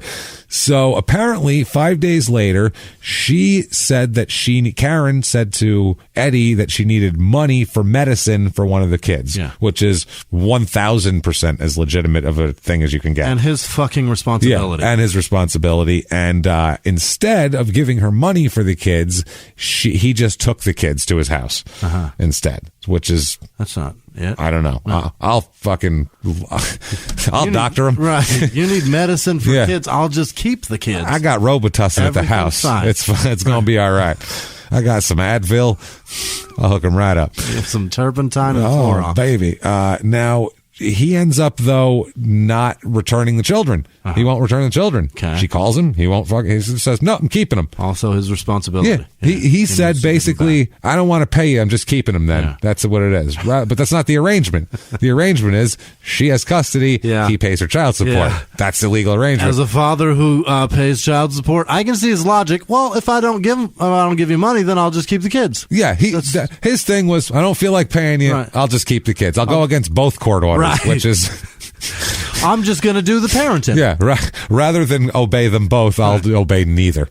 I'll take them and not pay you. The money is not in lieu of parenting, no, dickface. That's the thing. You can't do that. You can't go, it's not either parenting or money. Right. That's not how it works. And if the court says that the kids belong with her, probably for a reason. Probably because you're an asshole, I'm going to assume. You're a scumbag. Yeah. And that's probably why. So, he refuses to bring the kids back to Karen, so she starts proceedings with legal services to get the children back. Mm-hmm. I don't know why this isn't like a kidnapping thing. If she has custody, why isn't it, hey, police, he's not supposed to have them, and I'm telling him to bring them home and he won't. Hello, they're kidnapped Raleigh now. Police Department of probably over a few hundred. Yeah. Can I get 2 of you, please? Just go on down there and grab these kids for me. Forget arresting him even. I don't care. I don't give a shit. Get my goddamn kids. Bring the kids back. Yeah. That's all. But she ends up starting the proceedings, but never following through on the proceedings for some reason. I assume he sweet-talked her out of it. Yeah. That's all I can assume because also, by the way, on October 22nd, 1985, that's when she talked to officials at a legal aid in Wake County about getting a more solid custody agreement from court of this whole thing. So it's not all nailed down in courts. No, that's why this is up.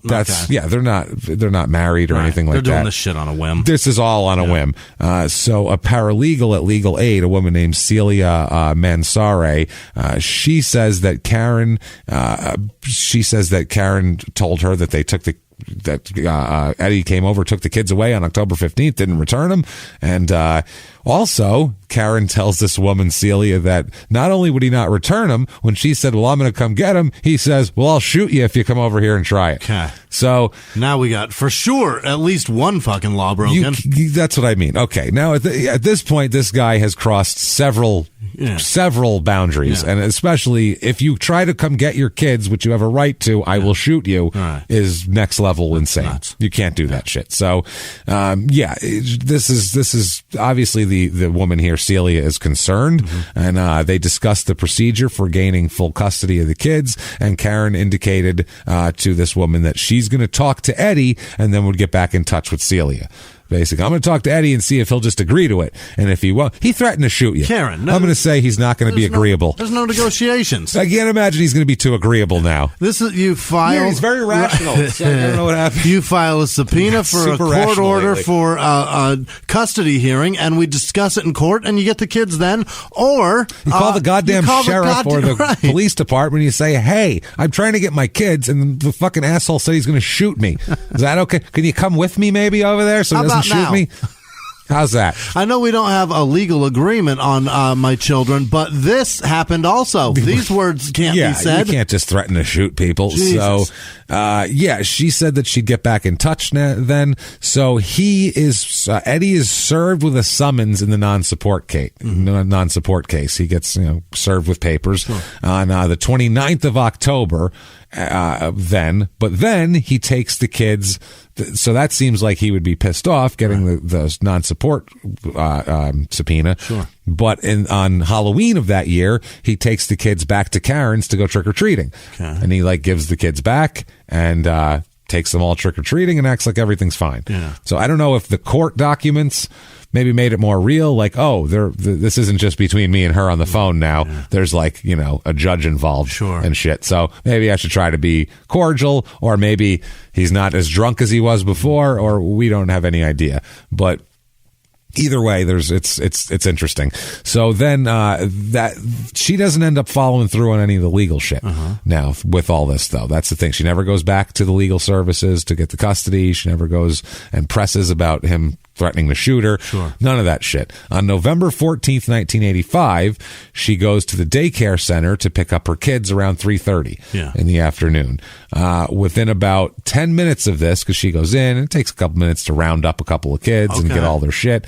Within a few minutes of her doing that, arriving there, Eddie drives up in his truck. Of course. And gets there. And what he ends up doing, they have a son. They have Crystal, and they have little Eddie, who is their son. Yeah. He picks up little Eddie and drives off. Okay. He just grabs one of the kids and goes. This one's mine. Yeah. So Karen grabs Crystal and gets in the car and follows him in the same direction. Where the fuck are you going, asshole? You just stole my kid. You can't do that. He just popped up and was like, I'll grab him. See you. Put him in the car and took off. Got my name on it. That's it. Little Eddie right here. Big Eddie, little Eddie. Have a good one. Gotta go. Jesus fucking Christ. So she takes off. That's it. Now, she takes off, and when she goes, she follows him, and the people from the daycare watched this all occur because this is crazy, and they're going to pay attention, obviously. There's shouting happening. She drives off, and then no one hears from her after that again. No, she's gone. Okay. Karen disappears into thin air after that, with Crystal just completely gone. Okay. Now, Crystal's not gone. No, but she is. She's never heard from again, Karen. Never again heard from. Where does Crystal disappears. Turn up? Crystal, he's got Crystal. Everything's fine. So she went over and dropped her off, and then was like, "Fuck it, you guys all have a great life." Yeah, apparently just left. She's like, "I can't take it anymore," which doesn't seem like her. She seems like she's really gonna go get her. She's gonna get her kids if she wants her kids, and she seems to want her kids. You know what I'm saying? It's one of those things. So the next day, he tells Faye calls him and says, "Hey, have you seen Karen? What the hell's going on? I haven't seen Karen." And he says, "I saw her yesterday. We had a daycare spat." And then afterwards, he says that after the daycare spat, that he and the two of them took the two children shoe shopping. Oh. So that's what ended up happening. Yeah. He said she followed him off. They ended up meeting up, and they argued for a while. And then she said, "The kids needed new shoes, and you didn't give me money." And he said, "So let's go shoe shopping now," and took the kids shoe shopping.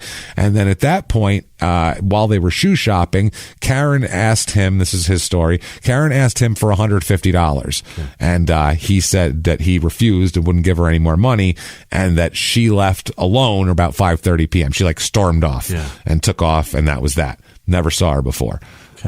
Never saw her again. Yeah. Now that's 6 days before the court hearing was set to take place for this whole thing. Right. Yeah, for the child shit. So as far as he knows, we went shoe shopping, wouldn't give her money. She's pissed off and left, which doesn't sound like Karen. Sounds like Karen would not just march off without her kids. It's a hard thing to do. Yeah, she just wouldn't do it probably. Well, fine, you keep the kids and fuck you. You're not giving me my money. It just doesn't sound right. Yeah. So, she's missing. No one blames migrant workers this time. They never come up. Avocado trail? No, they never come up. No one's checking Juarez. None of that shit's going on here. But she is missing. Yeah. This isn't a runaway child. No. This is an adult who has responsibilities and children who is not taking to them. She's out there with Richie Valens' family picking oranges. Yeah, that's what she was. She had a girl. They named her Brenda. Right. Jimmy, that's the way it works. Sorry, I had to get a deep cut La Bamba reference for you. Such a good movie. I saw it 8 million times as a kid. Love that movie. Not my Richie. Oh God. Ricci. So she's missing here. This time goes by. She disappears November 14th. 2 months go by. No Karen. Okay. She just is gone. She's just thin air. That's it. $150 was their checkout point. That was it. Couldn't take it anymore. God damn it. Ran away. Yeah. I don't care about my kids. And I fuck this whole thing. That $150, everything would have been fine. Yep. Now, January 13th, 1986 comes around. And in this area, this is in outside of Raeford, there's some workers baling pine straw. Yeah, migrant workers. Whoa, that sounds like a shit job. Guys, go bale that pine straw. I mean, that's the general. Sounds like a great time. See all that pine straw? Yeah. You all to bale that. Why don't you put it in bundles? Yeah. Wrap straw around it. How about that? Do it. All right. That's a job. That hurts too. Yeah. God. The poke you in. Oh yeah, my. That's no good. Fucking be no. all in your shoes. Oh my and in God. Saw that somebody doing that on a show one time. They had it sticking out of everywhere. Just imagine the itchiness. Oh no. You'd have to just stop and go, I need to scratch. You just lose your I should have gone to college. God, bathe me in turpentine. Can't take it anymore. This is near the McCain Prison Hospital. Yeah, this is in a just a woodsy area. While they're baling pine straw, they discover what turns out to be a shallow grave. Yeah, and in that grave they find a female body. Yeah, the workers freak out, obviously, notify the sheriff's department, and sheriff's department comes, and they're looking around while they're all standing around in a circle because they make a perimeter of something like this. Seal it off. While they're doing that, they stumble upon another shallow grave. Oh my God. They stumble upon another one about 50 feet from the first grave. Oh goodness. So they're like, this is too many, too close. This wasn't a Civil War battle here, or anything, was there? Like, what happened here?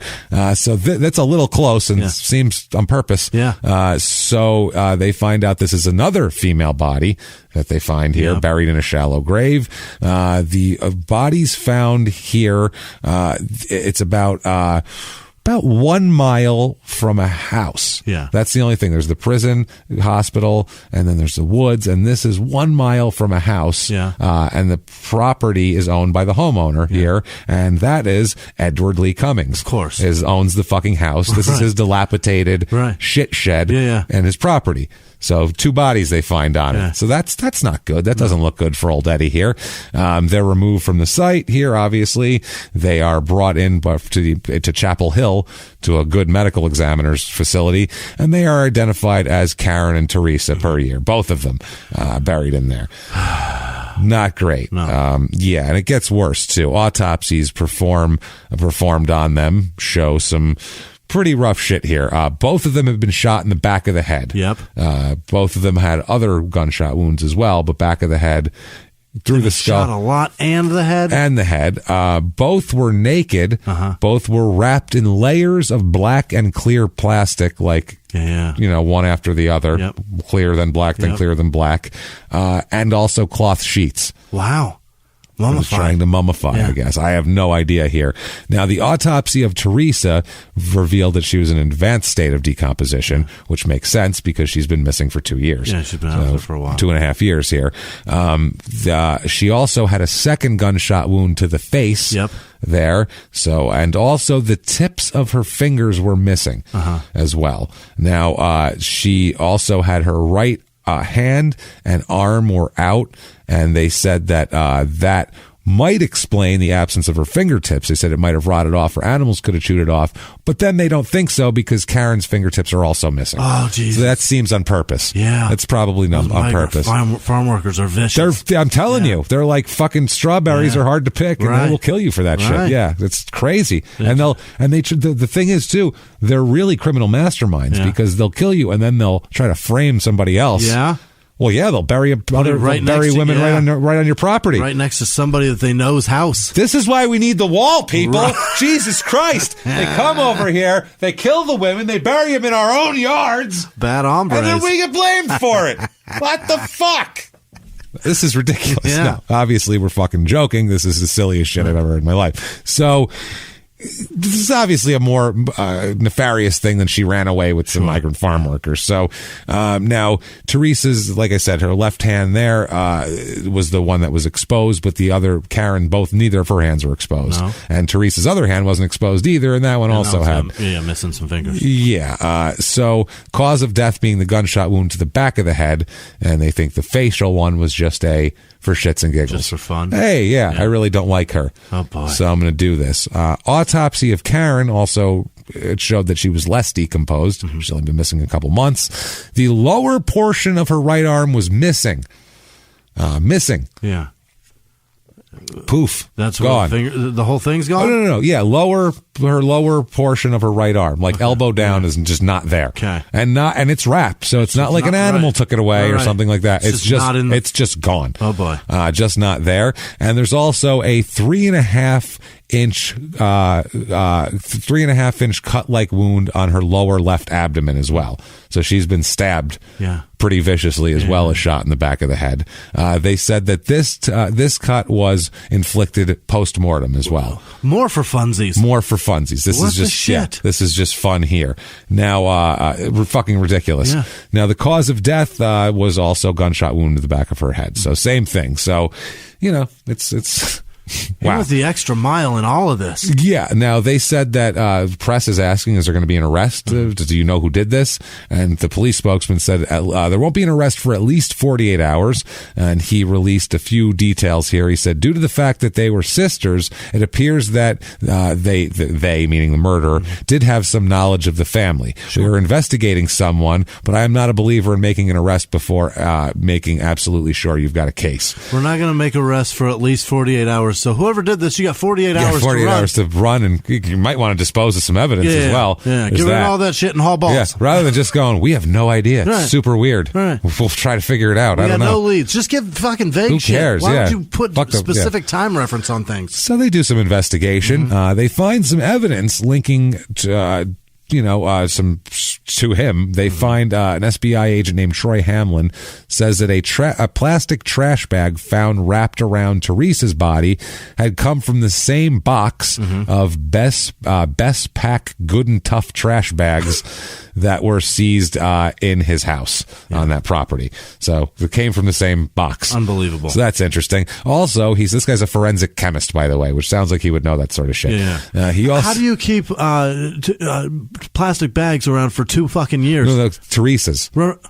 Okay, plastic bags from Teresa's body. I thought you were saying both of them came from there. No. And then he really keeps them. These are my dead girl bags. Keep that for the next dead girl. All right, just got them at Costco. I'll put them in my pantry. He's got a pallet. I got a lot.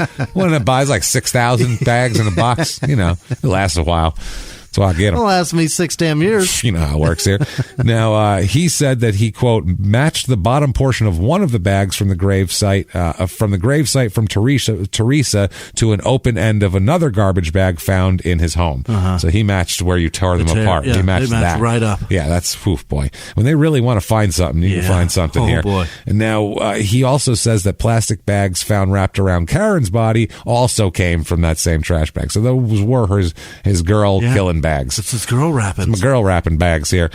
Some people keep their Christmas wraps in a specific closet. Yeah. He's got his girl wraps in his own closet. Now, he could say, I didn't bring those there. Right. I hire people to do work around here. I don't know. They drop garbage, black yard bags. I don't know who put those here.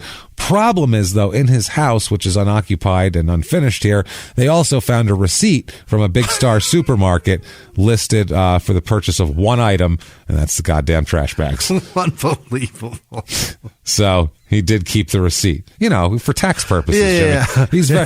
That's the thing. He's a scumbag, right? But he did own a nightclub, so he understands the power of write-offs and needing to have his taxes in order at the end of the year. Everything in order. Organize it. Listen, he files quarterly. Yeah, he files quarterly, Jimmy. He's got to really keep it together. You know what I mean? Come on. Who gives a fucking a receipt for one thing? $1.09. The one thing that also is incriminating is balls. That's the other thing. Not only only is it just one thing, it's one thing that you definitely don't want to have the receipt for.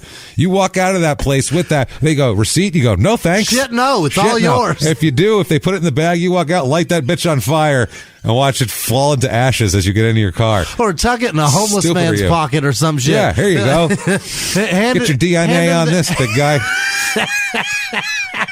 Hand him a fistful Rub of your change. jizz on it. I really. Then I'll keep it. Hand him a fistful of change with that receipt. Yeah. All yours, pal.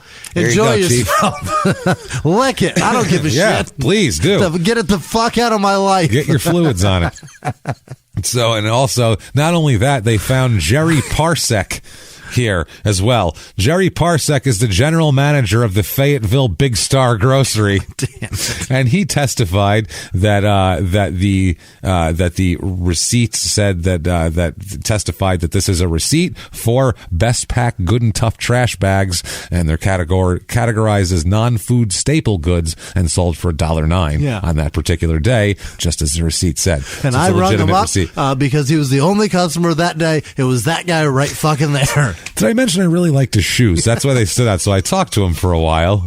We exchanged information. I got his business card right here. He said he runs nightclubs, and if I needed some construction work done. So gave me a jizz sample, blood sample, hair sample, stool sample. That's not bad. And he said, you keep a copy of that receipt in case it comes up later as well. Would you put that in your files? I'll put one in my files. You put one in yours. Say that next time you get like $1 something. Get like a pack of gum at 7-Eleven and they offer you a receipt. Go, tell you what, do 2. Duplicate. And one for me, you keep one for your files. Cool? Just to see the look on the person's face while they hold a receipt up, wondering, files. So you want it or not, dude? Does that mean yes? Yeah, but I want you to file it too. That way there's no discrepancy. If it ever comes up, we both know what we did.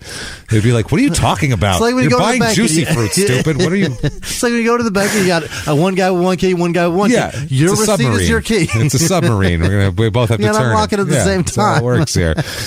Wow.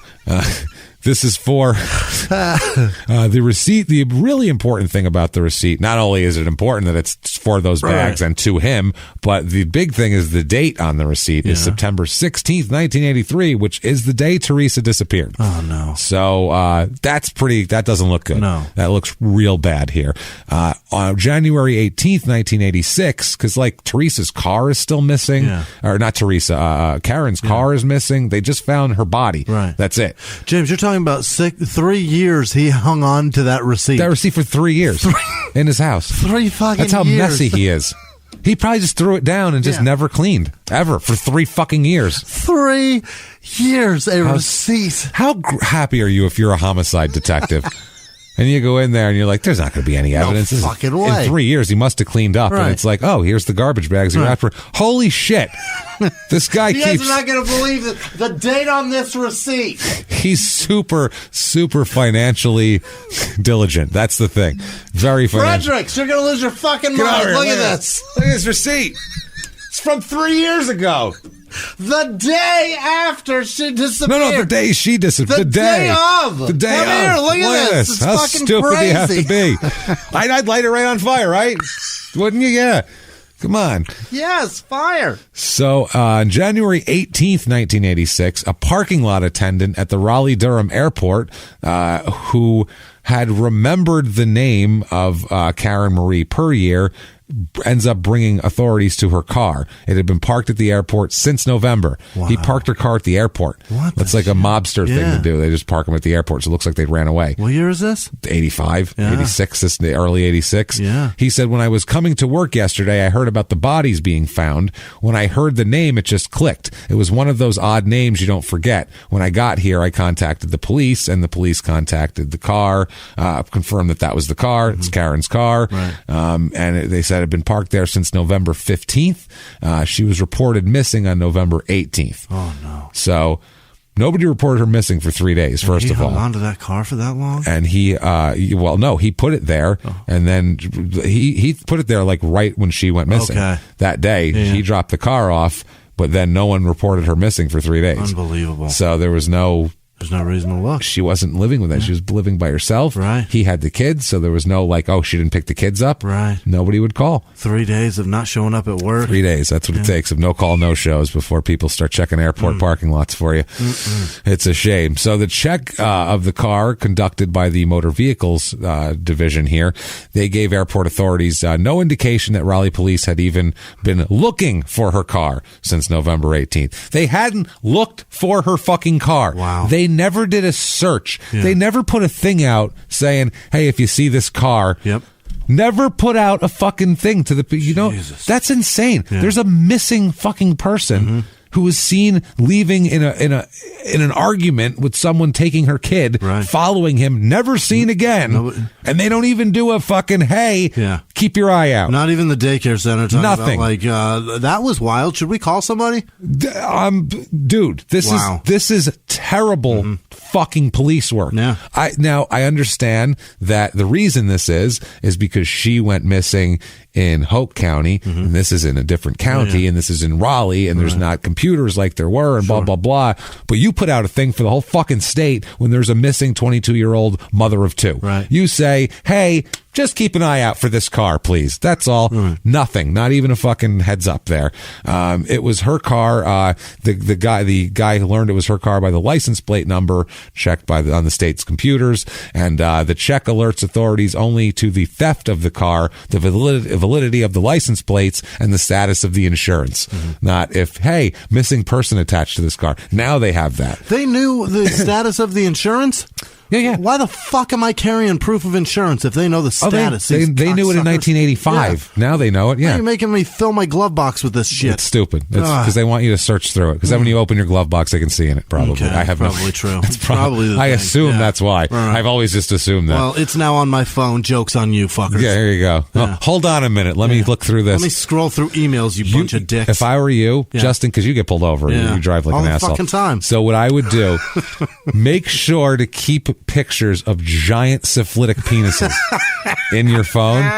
So that way, when someone asks, oh, hold on, I got to get through my pictures first. And just make sure you're showing this person the most disturbing, We're almost there. Just disgusting keep looking, shit. Wait, I have to, hold on, wait. Here it is. Oh, no, wait, that's not it. That's a giant, disgusting syphilitic penis. I'm sorry. I thought that was my proof of insurance. They look similar. Geico makes weird insurance cards nowadays. Looks like a syphilitic penis, but sometimes there you go, officer. Yeah. That's actually, anybody with a sense of humor would laugh That's actually at that. my agent's dick. I'm sorry. Hold on. We're real friendly. If I was a cop, I'd crack up laughing at that.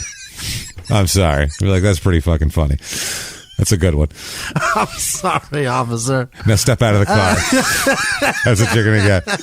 That's hilarious. Why don't you step out of the car for me? You had a couple of drinks tonight? Have a look, see what's going on. Let's check it out. Yeah, she said that besides that, she said she knew, this is the DMV person, knew of no request by law enforcement authorities for additional information. Wow, that is fucking absolutely bonkers, man. I don't even know what to say about that. The state's medical examiner said that Teresa was probably killed shortly after she was reporting missing, and also said that Karen had been dead for probably about 2 months, which is when they found that's exactly when she disappeared. They said also there are indications of sexual abuse. Oh no, as well on both of the young ladies. Oh no, I don't know how you could tell in a 3-year-old, 2.5-year-old body if there was sexual abuse or not, but maybe if it was wrapped in a certain way, you probably could if you're a scientist. Maybe just that. I mean, maybe there's... Karen's only been there for 2 months, so I could see that. There's still enough in there I don't know. Lingering? I don't know, but they said there was sexual assault as well so this is fucking awful. They also conducted, they were doing tests for hair fibers, fingerprints, and all that kind of shit on her car as well. And it's crazy. Also on her apartment. So they're talking about the evidence here, obviously. They're saying it's the same MO for both murders.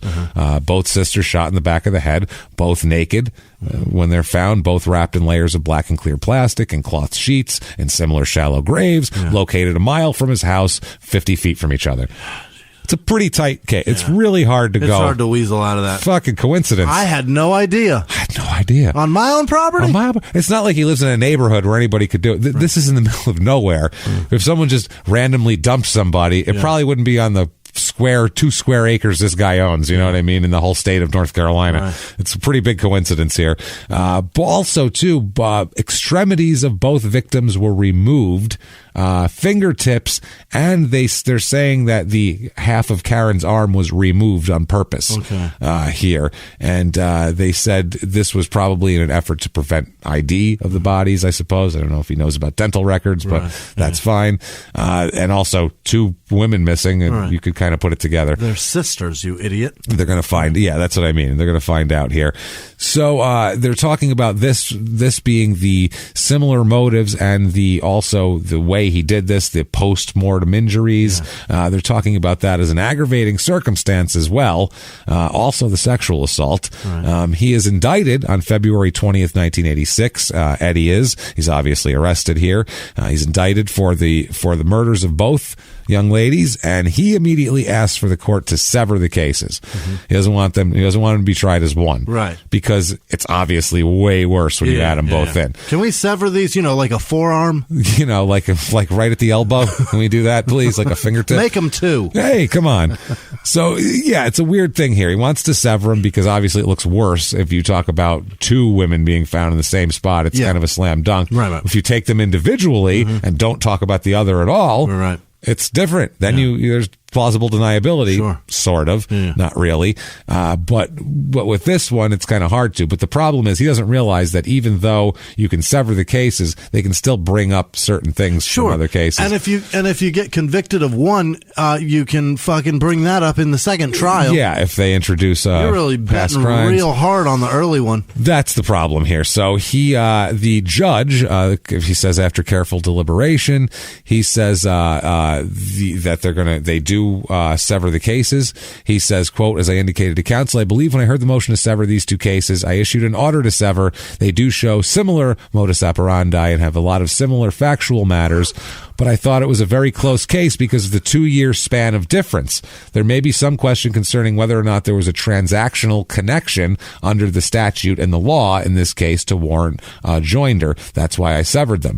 Because he's saying legally, if he didn't, he's afraid that it would have been considered appeal fodder, basically, because they're saying it's the same crime, but it happened over 2 years apart. So he's like, I don't know if that's a stretch to say it's the same crime, to say it's part of the same act, so it should be tried at the same time. Okay. It's not like they were sitting next to each other, he shot them both in the head. That would be the same act, obviously. I mean, it's obviously whoever did it did fucking both. Probably. Or else they're buried the same way. The biggest coincidence in the history of mankind. That's unbelievable. Wow. Amazing. Wow. Holy black, shit. Clear, both of them? Sheets, both of them. Holy shit. Get the fuck out And I was here. burying this one. I tripped over that one. That's super weird. Strange. Who would have thought we'd both... I can't believe we did it. Great minds think alike, huh? It's a good place. I thought it was a good place, too. Could you introduce me to him? We should be friends. All sorts of pine straw to put on top of them. Oh, shit. They bailed that. Damn it. So, also, he wants a change of venue here. They said that the judge says because of extensive media coverage, which, Jesus Christ, I couldn't find a whole lot of it. So it must have went away. Here, he said that he's tried there in New Hanover County is where he's going to end up being tried. Right away, there's challenges with certain things. You mix some small town shit in these trials, and this sounds very like what small town murder is all about here. One of them was a prospective juror by the last name of Walters. Now, Cummings, the defendant here, he says that Walters indicated that he might be biased against Cummings in the event that the defendant offered no evidence. Like if he didn't testify, that would bias him against him. Even the judge said legally you're not allowed to have bias against him for that. He said it would still bias him if he doesn't testify. And he also says that this juror Walters says that, well, the other problem is I have a real close friendship with Sheriff Barrington, who's on the state's witness list. So whatever he says, I'm going to believe him, basically. Wow. So this is a guy that does not want jury duty. I have it in for him, and I'm buddies with the sheriff. Right. So I don't know. But he's still one of the better candidates, apparently, because here they show that he's a close friend. He's a supporter of Barrington. He donated money to his campaign, to the sheriff. And he also, not only that, he had knowledge of the case based on newspaper and television coverage and talking to the sheriff. Wow. So he's already had the witness give him his testimony, not under oath, outside. My fucking brain just exploded. You can't do that. You can't. And also, Cummings beat me in the turkey bake-off last year. That's the other thing. His recipe sucked. My turkey was better. Did I mention that? I deep-fried mine. He barbecued. Mine wins hands down, right, everybody? And the dog, Cummings. His dog beat my dog in the dog race. His dog's ugly as fuck. That's what's got going one of those on goddamn here. Labradoodles, fucking novelty dog. Stupid thing. And he puts a bandana around, trying to make it cute. Like, look at me, I can catch a frisbee. Fuck him. Fuck his dog. He's got it on with the bandana on its back like a fucking Boy Scout. Fuck them Labradoodles. I don't know that. Fucking novelty. Can't do shit. Can't do nothing. Can't take that dog hunting. Can't do shit with that. Can't even make you sneeze, that dog. Fuck that dog. He asked me for body lotion, this dog. That's the kind of, it's a weak dog is what I'm saying. Body lotion, he said a lavender. I was like, ass dog. I'll just put turpentine on him and send him on his way now. He's very flammable though, so be careful. No cigarettes, no smoking around my dog. So, he said that if the sheriff does get to come to testify, he's going to believe everything he said. Sure. So, Jesus Christ, man. How do you, where do you start with that? That's as, if we're talking about appeal fodder, we're already there. So then the court says, quote, is the judge, if the court instructs, how about just dismiss him? Right. Instead, they're still trying to make it work. Still trying to make it work. This judge has been married for 40 years. Right. They don't sleep in the same bedroom.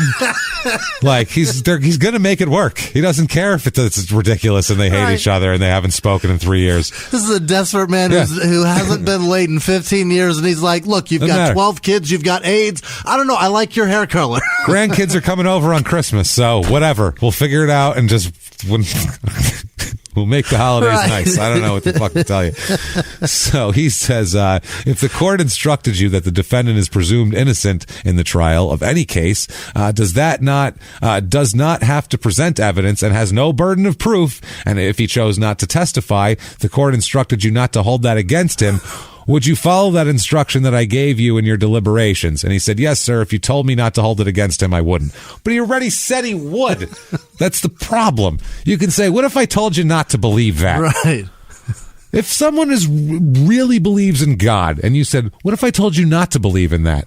Even if they're a fucking judge, that you can't. They believe something. You can't tell them they don't believe it now. If you tell me not to believe it, Judge, I won't believe it. That's what I mean. It's not possible. He already said he has a bias. You can't say, what if I told you not to have a bias? Right. No. Okay. That's what a bias is. It's there already. That's a judge that's like, look, I don't want to bring more people in here. We're ran out of people. Right. Okay. There's not a lot of people in this town. So the juror then said that he could lay aside any preconceived opinions he may be holding to the defendant's guilt or innocence and decide the case based entirely upon the evidence. So then the judge said, all right, you're on the jury. You're hired. Wow. Holy shit. He's a pizza restaurant hiring delivery guys, and the guy's like, you got a license? He's like, no. He's like, What if I told you to be real careful around stop signs and school zones? What if I told you don't hit kids? All right, I think I could do that. Get out there, boy. Get out there. I got 2 pizzas on your way. Let's go.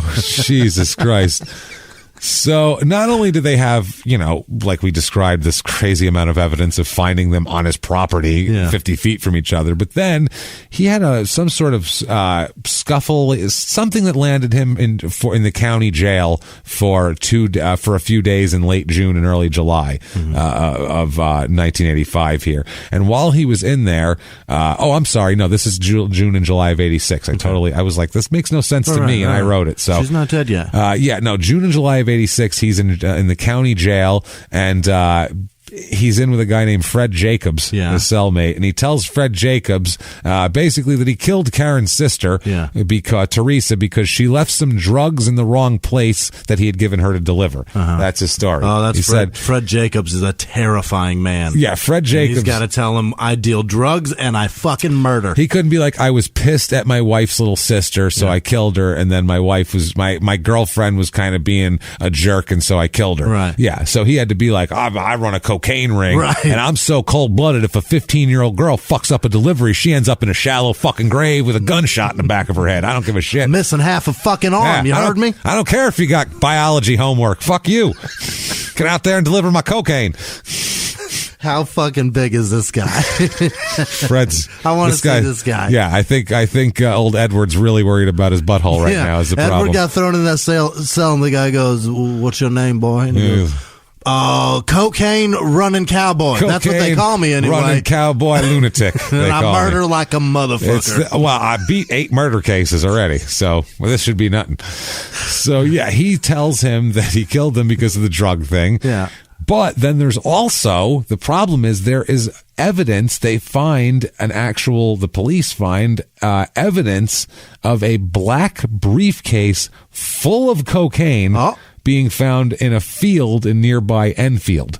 Just a black briefcase full to the brim of cocaine, which is, you don't find that in the woods often. Rare? It's rare. Yeah. You find like a penthouse or something when you're a kid in the woods. You don't find a briefcase full of cocaine. You might find a razor blade. Maybe you could find that, like a old beer bottle. Right. Used condoms you're definitely going to find. You rarely find all the cocaine. Not all of it in the whole state. So, that's something that they talked about. They also said that both had been killed by what they figured to be a small caliber weapon, similar. The whole thing is very similar here. Now, both of them, when they were alive, had gone through conflicts with Edward, obviously. Before their disappearance, he accused one of killing his baby, and then he's been fighting with the other one, and she's been threatening to take him to court and everything else. So they show that... Okay, now this is getting into, I don't want to get into too complicated legal shit here, but they talk about how... I'll read this. They said evidence of either offense is admissible on the issue of guilt if its only relevance is to show the character of the accused and his disposition to commit an offense of the nature of the one being charged. But if it tends to prove any other relevant fact, it will not be excluded merely because it shows him to have been guilty of an independent crime.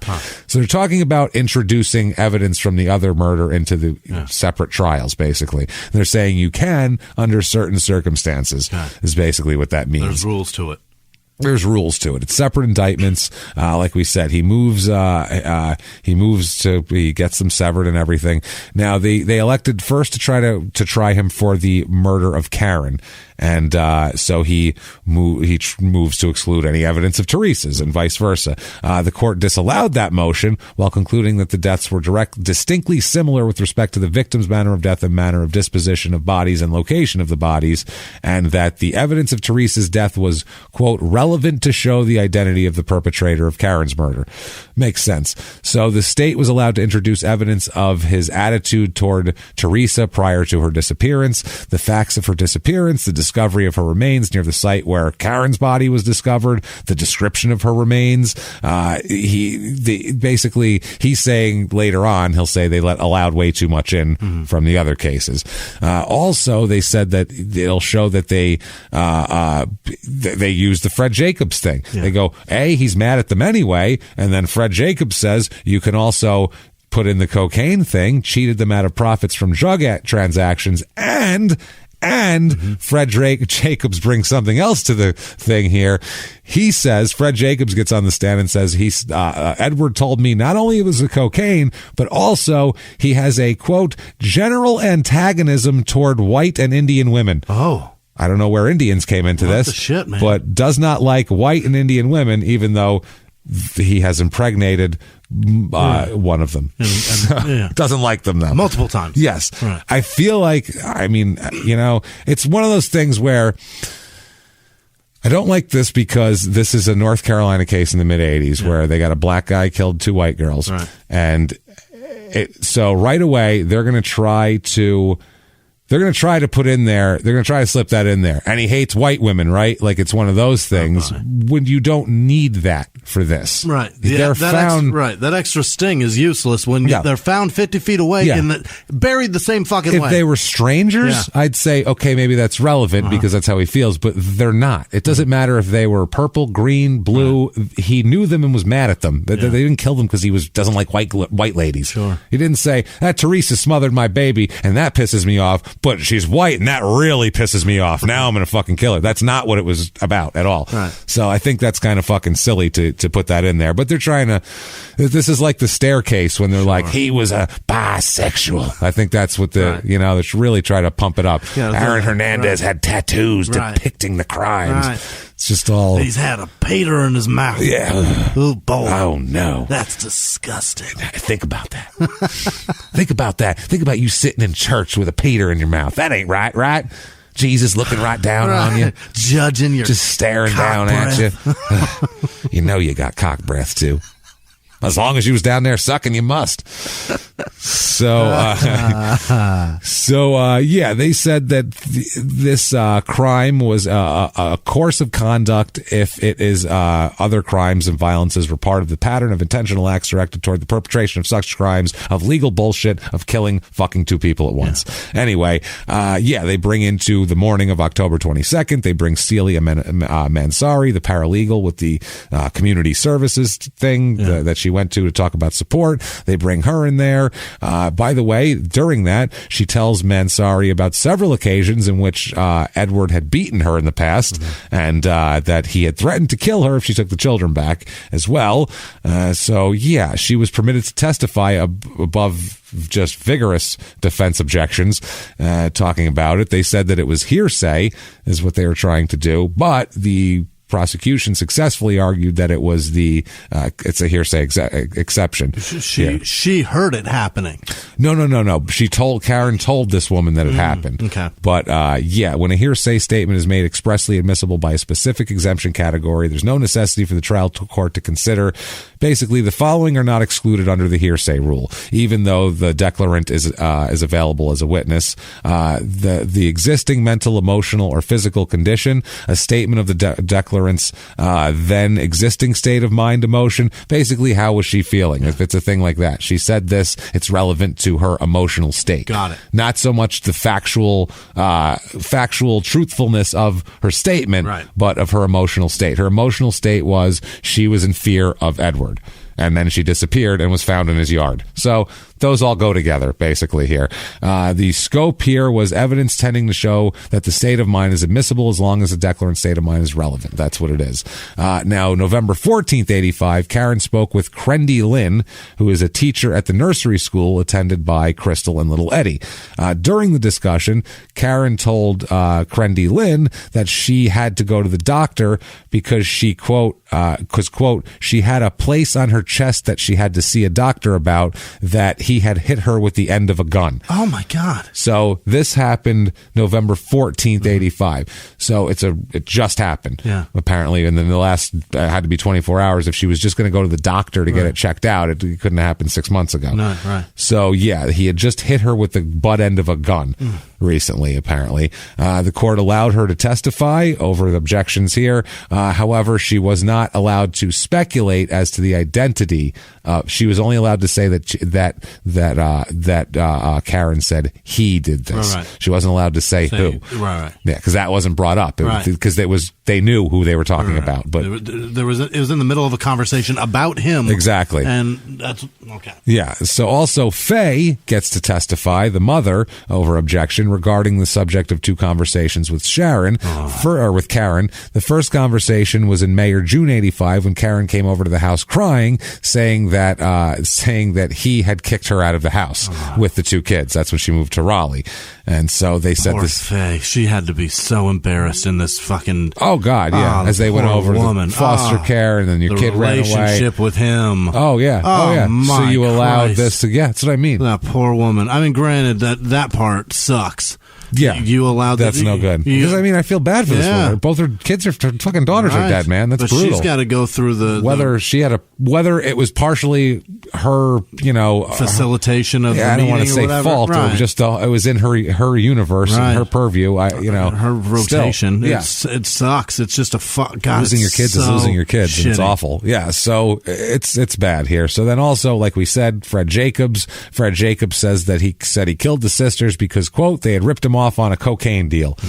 He then testifies on his own behalf. Imagine this fucking moron. This has got to be awesome. Well, then why were they in your yard? Right. I don't know. Yeah. Well, you tell me why I had all the trash bags. Is this your receipt, dipshit? He denied knowing anything about Teresa's disappearance whatsoever in the Teresa trial, because this is when the bag thing came up, because we're kind of condensing both trials into one. We're going to go over two separate trials with you guys. It'll be a 4-hour show. So he says he also denied buying the trash bags or ever seeing the trash bags in his house. Yeah. I don't know where those. They've been there for 3 years. Never laid an eye on them. Yeah. What about this receipt? Must have came with the bags. That's I don't know. wild. Weird, right? Holy shit. These migrant farm workers. I'll tell you what. Now they run away with teenage girls, leaving trash bags with receipts all over my damn house. This is ridiculous. Man. And then come back and put them on your property. Yeah. I mean, they took her so many years ago and then put her on my property. That's see what happens. Crazy. And then get her sister to put her here too. They put her sister right next to her. Unbelievable. It's ridiculous. Why didn't he just put them right next to each other? If he put them 50 feet on apart. top of each other, for Christ's sake. I'll put them apart in case they find that one. Right. And they'll never find that one over there. I figure they'll just think there's one and then not look. Literally fucking idiot. Not on both other sides of the property, or something. Or how about not in your yard? How about, the obvious part is don't murder two girls. Don't murder two girls. Hey, first of all, but if you'd have murdered two girls and you're standing over their corpses, you know what North Carolina has? A lot of woods. You know what's there? A lot of empty-ass Nobody land. doing anything. Just fucking stuff. No people. None. Instead, he's like, what about in my yard? That's fine. They'll never find it here. What are you, Reed Drummond? Yeah. Bury him next to my mom out in my yard. My mother-in-law's out there. All my dead cowboys. Right. Jesus Christ. So he argues here also that the defense argues that evidence of an unstable and volatile relationship between himself and Teresa was sufficient to allow jurors to infer that her death was caused by an unpremeditated or non-deliberated killing. He's saying, look, we hated each other, so it just could have got out of hand and I just killed her on a whim. Clearly it was hasty. It was a hasty murder, obviously, not the burial. That was pretty, Although there was evidence that he and Teresa disliked each other, which is true, but you combine it with all the other shit, and that really doesn't hold any water. Right. That he just decided out of nowhere, poof, to do that, because then he would have to cover it up and all that kind of shit. Physical evidence here also, he tries to keep out the testimony of the agent Troy Hamlin, who's the forensic chemist there, to compare physical evidence to evidence which had been misplaced. This is the problem. The state fucked this up bad. Yeah. This is so bad shit here. Okay. Been misplaced from the lab where it was sent for testing and storage pending trial. The evidence, some of this evidence was was the plastic bags and sheets in which the bodies were wrapped and discovered. Very important shit there. What they ended up doing, the odor of them was so intense that they were moved several times inside the lab when people complained about them. Finally, Jimmy. Yeah. Finally, they were placed in an outdoor shed. Oh, my God. It's fucking murder trial evidence. Right. You don't put it outside like it's an old paint can. That's fucking evidence. How is that not bagged up and, sealed so that smell doesn't release? That's what I'm saying. How is that not a technology that things exists? Like that, they keep it in paper bags because otherwise the condensation will ruin the trace evidence. It's kept in paper bags and it might stink, but you can keep it in a fucking something. Can you put it in a box? Can you? How about deal with it? Yeah. You're in a fucking crime lab. Yeah. You have gross stuff around. There's tissue and disgusting shit. You don't like it? Help me accelerate and get this asshole in prison so we can get this shit out of here. Just put it out in the shed with the lawn chairs and the paint cans that we don't give a shit about. Put it out there. No, the Christmas, right next to the Christmas decorations. Put it next to the reindeer. Holy fucking shit. In its location, and in that location, it all disappeared. Weird. The sheets, the plastic bag, just disappeared. Somebody threw them the fuck out or something. These stink and threw them out. Or a raccoon took it. Or was like, this smells delicious. Exactly. Right. Who the hell knows? So the evidence was lost. So basically, and this is rightfully so, I think, Edward says that he was denied the opportunity to have his own experts test the test this material because they lost it, and to argue he wanted to argue the dissimilarity. He wanted to say they weren't the same wrappings, and they weren't. What are you going to say? Someone else seriously wrapped these two girls. I wrapped one up like this, but then the other one, someone else wrapped it in a very similar way, but with different plastic bags that they probably don't have a receipt for, like 50 feet away. 50 feet away on my property.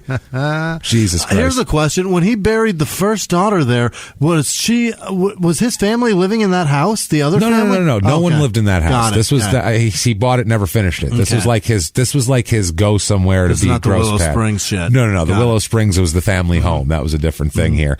Well, by then it was nobody's. It was just him living there.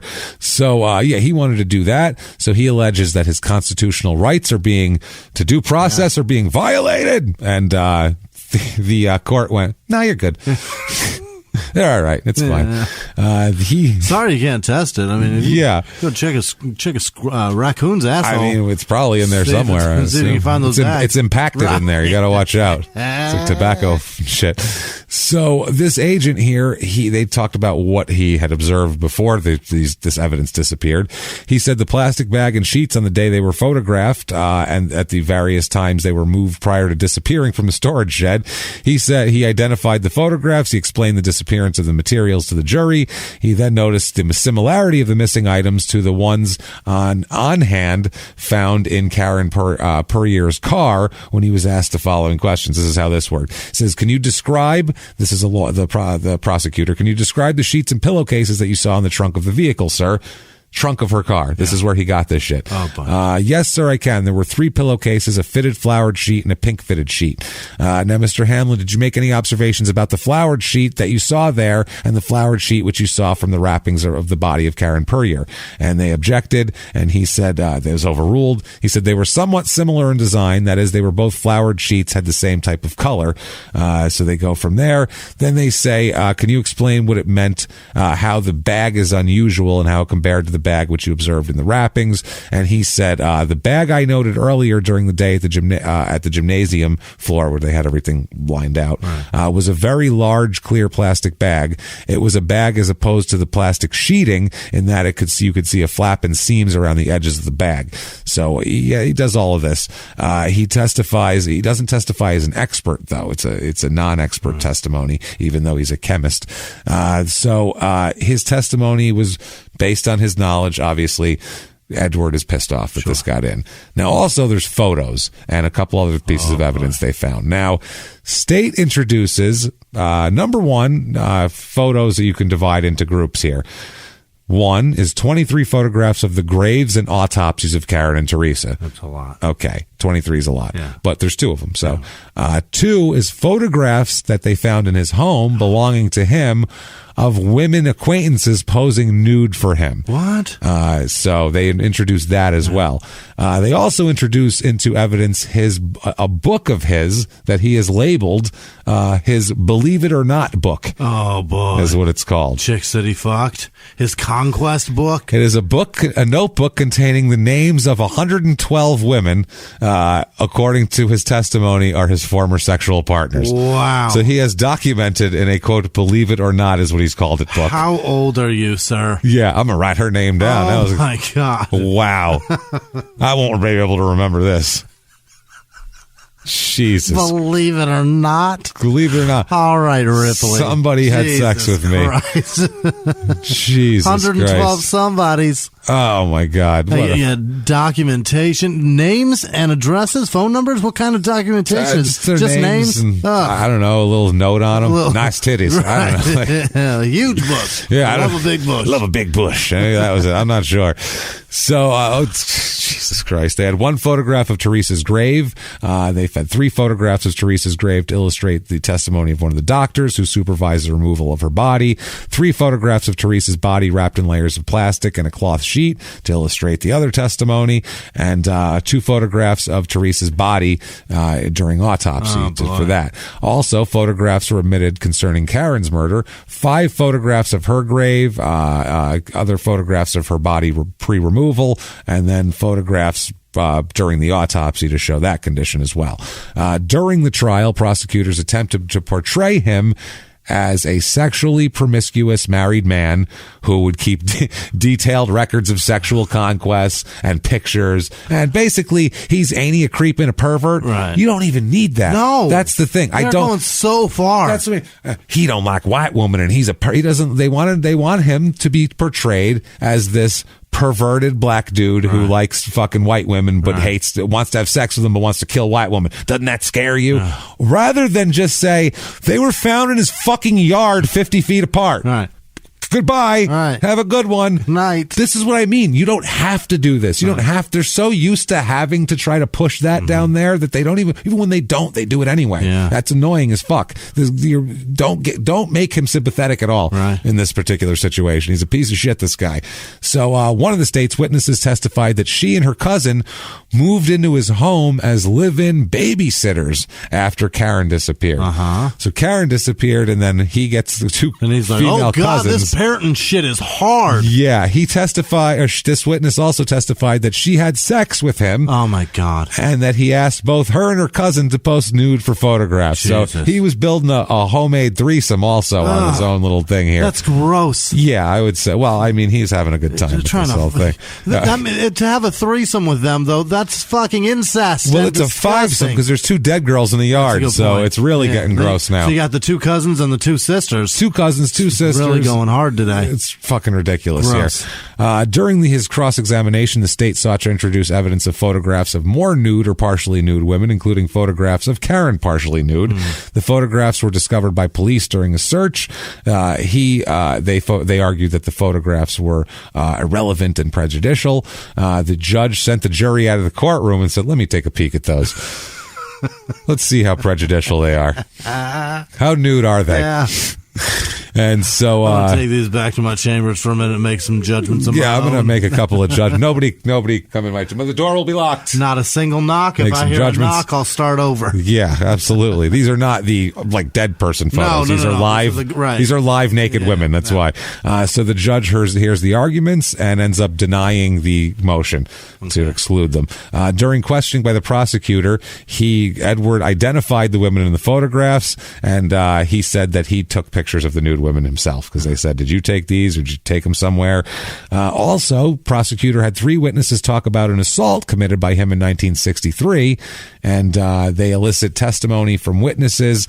The problem is you can't bring in old cases, but you can because just before that, the defense had brought witnesses had elicited testimony from other witnesses over whether they've ever known him to be a violent person. Yeah. Once you say, "Do you know him to be a violent person?" Oh, well, if they got to say, I'll bring people up who do know him as a violent person. You open the whole thing up, and that's what they did. Idiots. So they bring in an assault from 1963 that they can go all over now because of that. And they said he said that he tried to argue that it was so long ago it doesn't matter anymore, and they said no, it matters. He did it. Fuck you. Another also, he said Fred Jacobs there said that they ripped him off on a cocaine deal. That was part of their whole deal. But one of the things is that the drug deal had been motivation behind the murders. They're over 2 years apart. So it's not like he killed one and then let the other one percolate. Forgive for a minute. Yeah, and then let her try to work it off, and then when she crawfishes on a deal. Yeah, she crawfished him. Now, in the closing argument, the prosecutor said, quote, "The defendant has been shown to have what could be fairly described as an unusual and unnatural interest in photographs of nude young women." None of that matters. Do you think it was just a coincidence that the bodies of both girls had been stripped naked? Oh, no. Or was it calculation by the defendant? So now they're trying to say it was a weird sexual thing. That's a thing? Which it may have been. It doesn't matter. But they're in his property. He's got a receipt for the bags that they're wrapped in. Can we not talk about what done and fucking done? End of story. Don't make it worse. That's it. Don't sound like assholes. She also argued that the jury, that the defendant here, quote, "seems to have a very warped attitude towards women," which is true, but also unnecessary. Given his attitude, how do you think Edward Lee Cummings would have felt about a woman like Karen taking him to court for child support, and who disappeared 6 days before the court date of that non-support charge? Coincidence or the motive for cold-blooded murder? That's literally her quote. Coincidence? Or the motive for cold-blooded? You know, she turned around for emphasis. It's like this prosecutor watched Perry Mason and took her whole strategy based on TV lawyers. That's what it crazy. Sounds like. Yeah, that's kind of how it's, Calm down, bitch. You don't got to do this shit. You have tons of evidence. It's really obvious that he killed her. It's enough. And he told people he killed her. That's enough. Don't say he's a pervert on top of it. So he had a jailhouse confession. Jesus. Verdict comes in guilty. Yeah. Not shocking. Right. The penalty phase, though, they want the death penalty on this one, obviously. So he requested there's following mitigating circumstances be submitted to the jury, is what Edward suggests. One, he has no significant prior criminal history. Doesn't murder anybody or anything. He has no significant history of prior criminal activity, which seemed like the same thing. And he did say that he's a major coke dealer and he's got assaults, so I don't know. The defendant prior to this homicide had no significant history of violent conduct. I guess assaults don't count. He also has a history of being gainfully employed. Okay, that's fine. Lots of people are... Jeffrey Dahmer had a job. Yeah. He worked at the chocolate factory all the time. And then he went out at night and killed fucking 15-year-old boys. Gacy was a fucking manager of a Kentucky Fried Chicken chain. Manager. He owned fucking Kentucky Fried Chickens. He was a franchisee. He was a franchisee. He owned a construction company. That's right. He was a hustler, dude. Gacy had a great work ethic. These kids. Great work ethic. That's why he had so many bodies. Yeah. If he was lazier, he would have killed like 2 kids. But he was such a good worker, he killed so many. That's the problem. You're too good a worker. You want your serial killers to be a little lazy. Ted Bundy wanted to be a fucking senator. That's what I mean. He would have been perfect. Sounds like. So good at it. He'd have been, right now he could be there. So anyway, the could have been a Kennedy. Well, no, he was a Republican. He was. Yeah. He was not a Democrat. Dumping whores off bridges. He hated the Kennedys. Yeah. Well, the Kennedys just did that with aplomb, whereas the Republicans would say they were going to church instead going to a prostitute and dropping her off a bridge. It's a different thing. Whereas the Kennedys are like, I'm going to go out drinking and meet some ladies. See you. And then they go out. Who was? Yeah. They weren't trying to be. No, they weren't hiding it. Exactly. Right. Which is I like better. So anyway. I'm going to go to church and pray about this later. And apologize. We'll talk. Well, I won't admit it, but as long as there's wine. In my head. Yeah. Jesus Christ. So he's gainfully employed. Yeah. Also, he has a history of being a conscientious and good worker. Wow. Okay. Doesn't matter. He's a good shallow grave digger, too. He's been a loving father to his children. Terrific. He has a reputation with his employers of being trustworthy. Great. Yeah. That's wonderful. Hopefully he won't kill any of them. Let him around your daughters. Yeah, let him hang out with your daughters. There was an extenuating. They're saying this is his version of a mitigation. Yeah. There was an extenuating relationship between the defendant and the victim, and in that it was a domestic relationship and possible child custody dispute. Yeah. So he's saying, we knew each other real well, so obviously she could just make me mad. It wasn't like I just go around killing women willy nilly. That's how she really make me so mad because she knew specific shit. She really pissed me off. She knows my triggers. She knows how it works. She knows what it is. Yeah, so, Jesus fucking Christ, man. So, the trial court verbally listed some of the remaining requested circumstances during its charge here and explained what the jury could consider under the mitigating circumstances, because they have the statutory mitigators, non-statutory. Yeah. The statutory are like legal mitigators. Non-statutory are like, he's a good worker. Yeah. It's a non-statutory mitigator. It's not, there's nothing in there that, in the law that says, if the defendant's a good worker, he shall not be put to death. Like, that doesn't say it. Whereas if he's, disabled or not disabled, but mentally whatever. So anyway, sentencing comes back with the jury comes back voting for death. Yeah. So now it's up to the judge whether they're going to implement that or not. I don't know how you could really have much mercy for this guy. It'd be hard. I got 0. Yeah. The judge says, you, sir, may fuck off. Death penalty for you there. He does get the death penalty. He appeals here. His appeals are on a few things. We'll go over the appeal real quick here. The evidence of the murder, because it's got an interesting outcome. He talks about the inflammatory photographs, but he's talking about the photographs of other women. Yeah. He's like, that was just trying to defame my character here. Yeah, they said photographs of the homicide victim may be introduced even if they're gory. That's obvious. But the use of photographs that have inflammatory potential is excessive or repetitious. repetitious, the probative value of such evidence is eclipsed by its tendency to prejudice the jury, as we know here. We've talked about here, but they let him in. They let in the trial court must consider the totality of circumstances, such as what a photograph depicts, its level of detail and scale, whether it's color or black and white, a slide or a print, how it's projected or presented, and the scope and clarity of the testimony. It's the whole picture. It's not just the photo that you're looking at. It's the whole surrounding thing here. So they talk about a couple other cases that they reference here that support him. They say, unlike those cases where photographs had no probative value with respect to any issue, these photographs were used to illustrate the testimony of the doctors, and the other ones that they got in, that they let in, the ones of the other women, they just say that was a harmless error. Basically, a lot of times in these appeals, you'll say we find this you'll read we find this error harmless. Okay. It's they call it harmless error. It didn't cause the jury to make a decision. Well, the other point is, I would, if I'm him, I would use that as something for my side. Look, there's a bunch of women that I've been involved with, didn't murder any of them. Yeah, I have pictures of them not murdered. I clearly didn't murder those women either. You could say that. I have fucked 112 women. Why would I hurt those women? Then take that as your strategy. Yeah. That's the thing. Yeah. They said that he told Fred that he took her arm off. Basically, I mean, he told her about that. So he admitted detail that only that guy would know. Yeah, he told Fred that he took her arm off. Now he says the dirty photographs here. They said that it's fucking ridiculous that you would allow. Imagine you went out with a guy 10 years ago and you let him take a fucking nude picture of you, and now a judge is looking at it in court to see whether you're going to let everyone see it. Like, what the fuck, dude? I have nothing I didn't kill this lady. You're going to look at nude pictures of me? I'd be pissed if these were my nude pictures. That's why you don't do this shit. Yeah, absolutely. Unless you're married. Fuck yeah. So they said there's no connection between the crime in which he was accused and the evidence of his sexuality, and because the case he cited in his appeal was a case where they used pictures to say that a guy was gay, to say that his gayness made him angry about this and kill that. Okay. So they're saying this is not the same case at all. That's a very specific thing here. So they said at the time the pictures were introduced here, there'd already been evidence of his sexual exploits and the fact that he asked two women to pose nude for photographs. That's why that came up, is because one of the cousins said he asked him.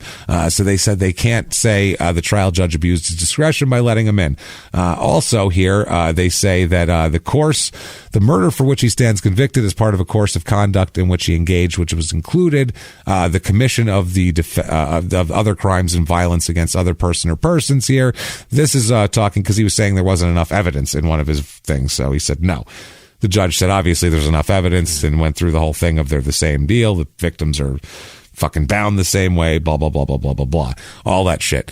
They do say there's no credible evidence to suggest at the time he killed Teresa that he had in mind a plan or scheme or design which involved the death of Karen 2 years later. So that's one thing they do say. They use that as an aggravator. That's an aggravator on the death sentence, was the fact that this was like all part of a scheme of he was going to kill both of them. So it's really hard to say that he killed Teresa in 83 and then said, I'll kill Karen 2 years later because I'm pissed at Teresa, and it's all part of one thing. Shouldn't the aggravator be the disposal of the body? You know what I mean? Isn't that an aggravator? Excessive, excessive abuse of the... abuse of the corpse, all that shit. But this is not even considered that, because he could say, I didn't know they were dead. I was making sure. I was just getting the job done. So during the closing here, the prosecutor had suggested that he killed Teresa out of anger for the death of her son. She suggested that he killed Karen out of concern that she would take custody of her children away, and having sworn out the warrant. So the court says, quote, the ugly reality of this is this defendant brutally murdered two sisters 2 years apart for reasons we may never know.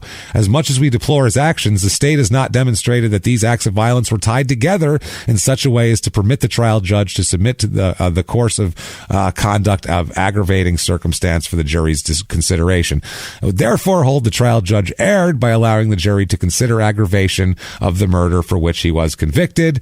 And so they end end up finding no error in the guilt or innocence phase, but error in the sentencing phase, and he is remanded for new capital sentencing proceedings. At least, okay. Death penalty squashed. That's fine. Totally squashed. As long as we're just sentencing over again and not redoing a whole trial. Not doing a trial again. It is sentenced, and finally in August of 2001, he is given 2 life sentences with no parole. Okay. Instead. I'll take it. He is currently alive. Really? In prison. He's 79 years old. Wow. 79. He's going to be 80 in May. Unreal. Going to be 80 in May. He's in Hartnett Correctional Institution. Is that in Georgia? There. No, I think it's in... Is that in North Carolina? I guess so. Yeah, he's, let's see here. He's in regular population, medium classification, so I guess that's the security level is medium. Yeah, he's in there for life. I mean, he's 80 years old, so he's going around jacking people. You could put him in low, but at this point, it doesn't matter. Yeah, his next custody review is in April. I don't think that's for parole. I think that's just for where they're housing him. Where they're keeping him, where they're housing him, see if he should be in regular population. Right. And Teresa, though, Teresa finally got a nice real burial. Right. She's a really nice headstone that was really sweet. It looks good. She was buried in Raleigh Memorial Park in Raleigh there. She's a child. In the Garden of Meditation. Very nice. It's a nice plot. It's fucking poor kid deserved better than that. Man. Yeah, dude, this is just horrible. What did they do with Karen? Karen's buried too, but I couldn't find her exact grave. Okay. I don't know if she got cremated or what. I don't know if she's buried or cremated. Whereas Karen, I found her, or Teresa, I found her actual grave. And yeah, this is one of those cases where he's a piece of garbage. This guy, he's a complete piece of garbage. He's a predator who, gets a young girl who's the daughter of a girl. I mean, it's just disgusting. The whole thing, scummy. His whole life. His whole life is scummy. They had a horrible, tough time. Right. Faye had it rough. I mean, she's trying to raise these kids. Yeah. The kids are in and out of foster care. They come. This is just a rough ending to all this. Prey. He found easy prey. It's what it was. He found an easy household where loosey-goosey rules. Everything was, kind of for the taking, obviously. Right. And then he does this. And then when they arrest him, it's all great that they arrested him and everything. They had to try and fucking try him like it's To Kill a Mockingbird. Right. Like, what the fuck are we doing? Yeah, take it easy. Try him on the evidence. Don't talk about, why bring up, well, he told me you don't like white and Indian women. Who gives a fuck? Who cares? Who cares? Is he up for a hate crime? No. Then shut up. What difference does it make? Right. It's what he's not. It wasn't like they had everybody talked about. Oh, he had a T-shirt said "I hate white women." I don't know. It was weird. Like that's not what happened. Right. One guy said that he said it once in passing out of everyone he's ever known, and they were like, "That's the key." Hates white women, wants to kill them all. That's stupid because that makes it look terrible. Right. Like, do you want it to look like it's on the up and up? There's evidence coming out of the ass of these people. Impacted. That's the point, though. It's you got to be able to have some do taxpayers a favor, have a slam fucking dunk, or at least find the evidence and that's credible that works. Evidence. Who gives a shit about the rest? Evidence pouring out of your ass. Why do you try to make it filthy? You're giving it opportunities to be brought back. I guess it's like if you're in a football game and even if you're up 41-0, run the board up and if that defensive line isn't holding up well, you're going to keep giving the ball to running back and keep scoring touchdowns. I guess it's one of those things. I don't know if that's what it is. Is it a instinct from a prosecutor that they have to try to run the score up? See how high? Because you never know, right? Because I mean that is true. You never know with a trial, and if you don't take it far enough and they acquit him, that's it. You can't try him again. Right. So, but they did have 2 separate trials. Either way, he wasn't going away. He was going away for life. He's going to get caught. I don't like that. I think it was a stupid way to go about it, and I think in appeal it hurt them. I really do. Yeah, you can say the photographs, it was just about the photographs, but I really, really fucking think that the photographs mixed with the rest of that shit, that made the photographs worse. The photographs themselves, to me... the outside photographs, the dirty the ones of made the girls. Yeah, the ones of the girls that he slept with. The fucking Ripley's, believe it or not. That's silly. Why talk about it? Yeah. What does it matter? Yeah, it is. And then, of course, the aggravating circumstance was... Obviously, they're not in a drug deal for over 2 years. That's a silly thing to do. So, use fucking mutilation of a corpse. Yeah. That's crazy. They wanted the death penalty too bad on that one too. Yeah. I get that you wanted it, but they were salivating. Take 2 life sentences and fucking all these women. Yeah, shit can this fuck. They wanted to say, I killed that son of a bitch. I hating white women, but fucking them and taking pictures of them. I had them killed. So whatever. Who cares? That's just prosecutors back then to their I guess their base. Right. I don't know that county. I don't even know what that is. Who knows? Well, if you know, you can tell us about it. Yeah. Do that. Tell us everything. Give us a review. Yeah. Apple Podcast, that purple icon. Give us 5 stars. Tell us all about it. Tell us you're following instructions, following directions. It's dark in here and I'm scared. Help me. Doesn't matter what you say. Just do that. Also, head over to shutupandgivememurder.com. Mm-hmm. So much new merchandise up there, guys. Everything really cool stuff, too. A lot of new stuff. Sarah's been working hard on these designs and she's coming up with some beauties. So check those out right now. Also, all of your crime and sports stuff, listen to Crime and Sports if you haven't. I mean, we give you advice. We tell you things, whether it's funny or not. Right. Well, you watch shows that we tell you to watch. Yeah. That's better than anything else we've told you to watch or listen to. Crime and Sports. Check it out. It's awesome. It is our baby, and we love it. And the 4-year anniversary is coming up here in a couple weeks. I can't believe it. Come check that out. Also, tickets to live shows. Do that. Get your tickets. Denver and Salt Lake City are sold out, but February 15th and 16th in Indianapolis and Louisville will be there. Yeah. The 16th in Louisville is our 4-year podcast anniversary. Unbelievable. We started Crime and Sports, so that's going to be a party that night. We're going to celebrate. Come out and celebrate with us. San Francisco in March, also Detroit and Cincinnati in March. And just in case you've been wondering, I don't know how live shows are. I see people tweet, have you been to a live podcast? Right. Is it any good? Our live show, don't take anybody else's live show. Right. Live podcasts are... I'm not going to... they suck a lot of the time. They're not great. I'm not going to call anybody out, but I've heard a lot of shit where people just kind of fucking mail it in. They mail it in. They get there. The podcasters get there, and it's like everyone's just happy that we're all in the same room together. It's a cash grab for them. So I don't have to give you a real show. Right. We can just hang out and bullshit and do the thing that we do and give you a couple catchphrases and that's what a lot of podcasts do. Yeah. That is not how we look at that at all. When you go see us live, it's not just us jerking off. No. It's a case. Yeah. It's a show that you've never heard before with tons of pictures, and you sit down, and it's the case from then till the end of the show. We have a great time. The last slide is then this happened, then that happened. Good night, everybody. Right. It's no dicking around. You're hearing a show, except way tighter because it's in front of people. So we want you to be laughing the whole time. It's a comedy show that we happen to put a murder and slides into. And we have a great time. And meeting you guys is really the part that I kind of take away from this. Oh, we love it as the bonus, because we hear from you as much as we do, and then seeing your faces and putting faces to names. It's really awesome. I like seeing it. No, it's true, but know that we don't mail this shit in. No, we don't mail it in. It is a goddamn comedy show. Period. It's not just a hey meet and greet. We're all happy to be here. Right. We want you to walk out in pain from laughing, and I want you to leave and go. I'm going to go see them again. Exactly. The show that I saw last time wasn't that great, but these guys did a great job. That's right. We want to give you the best show that we can. And that's what we notice is so many people return. Right. We always get people that come back. And I came back and I brought 4 more people because they need to see it. That's our goal for you guys. Right. We don't want your money once. We want your money every year. Right. When we come back to your city, we want you to be like, I have to see that because that's a fun night guaranteed. So please buy your tickets and do that. Also, if you want to be a hero to the show, damn it, follow us on social media first too. At Murder Small on Twitter, at Small Town Pod on Facebook, at Small Town Murder on Instagram there. That way you get all the latest updates in case there's new cities, new dates announced on the tour, because every once in a while we'll throw another show in there. You'll get that information first, so follow it there. You can do that. Also, if you want to be, like I said, our hero, like one of these people we're going to talk about in a minute, you want to join that club? Yeah. Because you turn it off and you go, I'm not one of those people. Would you like to be one of those people? You can do it very easily by going to patreon.com/crimeinsports and make a donation there. Or you can go to PayPal and make a one-time donation using our email, which is crimeinsports@gmail.com. And last week we did a Patreon episode of Small Town Murder, and we're going to be doing lots more Patreon episodes. Yeah. So do that. Those are at the $5 and above level or whatever. Yeah, we run them a little shorter, a little tighter, and have a little more fun. Yeah, it's a crazy little thing. Shoot from the hip. We shoot from the hip a little bit. It's a good time. Check those out, though. We have a really good time on those shows, and we have a little variety too. We'll do a prisoner dating game once in a while, that sort of shit. Check that out. But I don't want to even hear it anymore. No? I don't want to hear my own voice. All I want to hear is the names of the damn people who I enjoy the most.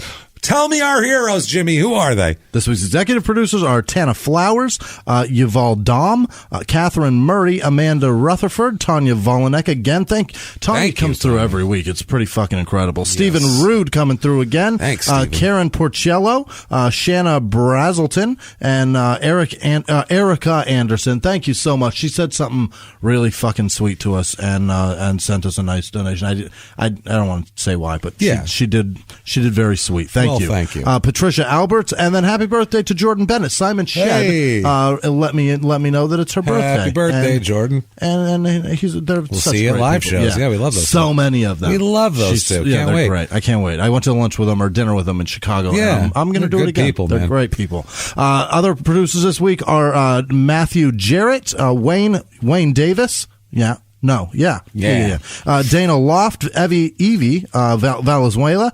Nancy, what is that? Nancy Lackey, Amanda Lavro.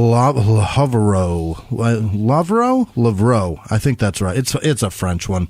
That's what it is. Marissa Allen, Don Peterson, Christy Rigstad, Joseph Presnell, Katie Dahlstrom.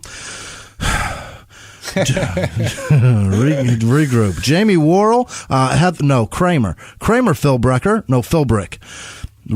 Robert Ward, Lauren Bleach. What is that? Bleach. I think it's Bleach. Lisa Goyer. She's of the Bleach people. They have a lot of money. They have so much money. All the Bleachers. Right. Gyla Voles. Very clean family. Very clean. Morgan Marsh, Alyssa Mitchell, Jessica Diane, Haley Christensen. Yes. Joanna Blakely, Gabby Danetta. Hey. God damn it. Why am I struggling so hard? Debbie Dubon, Chris Hunter, Scott Carlson, and then Gretchen Harrison.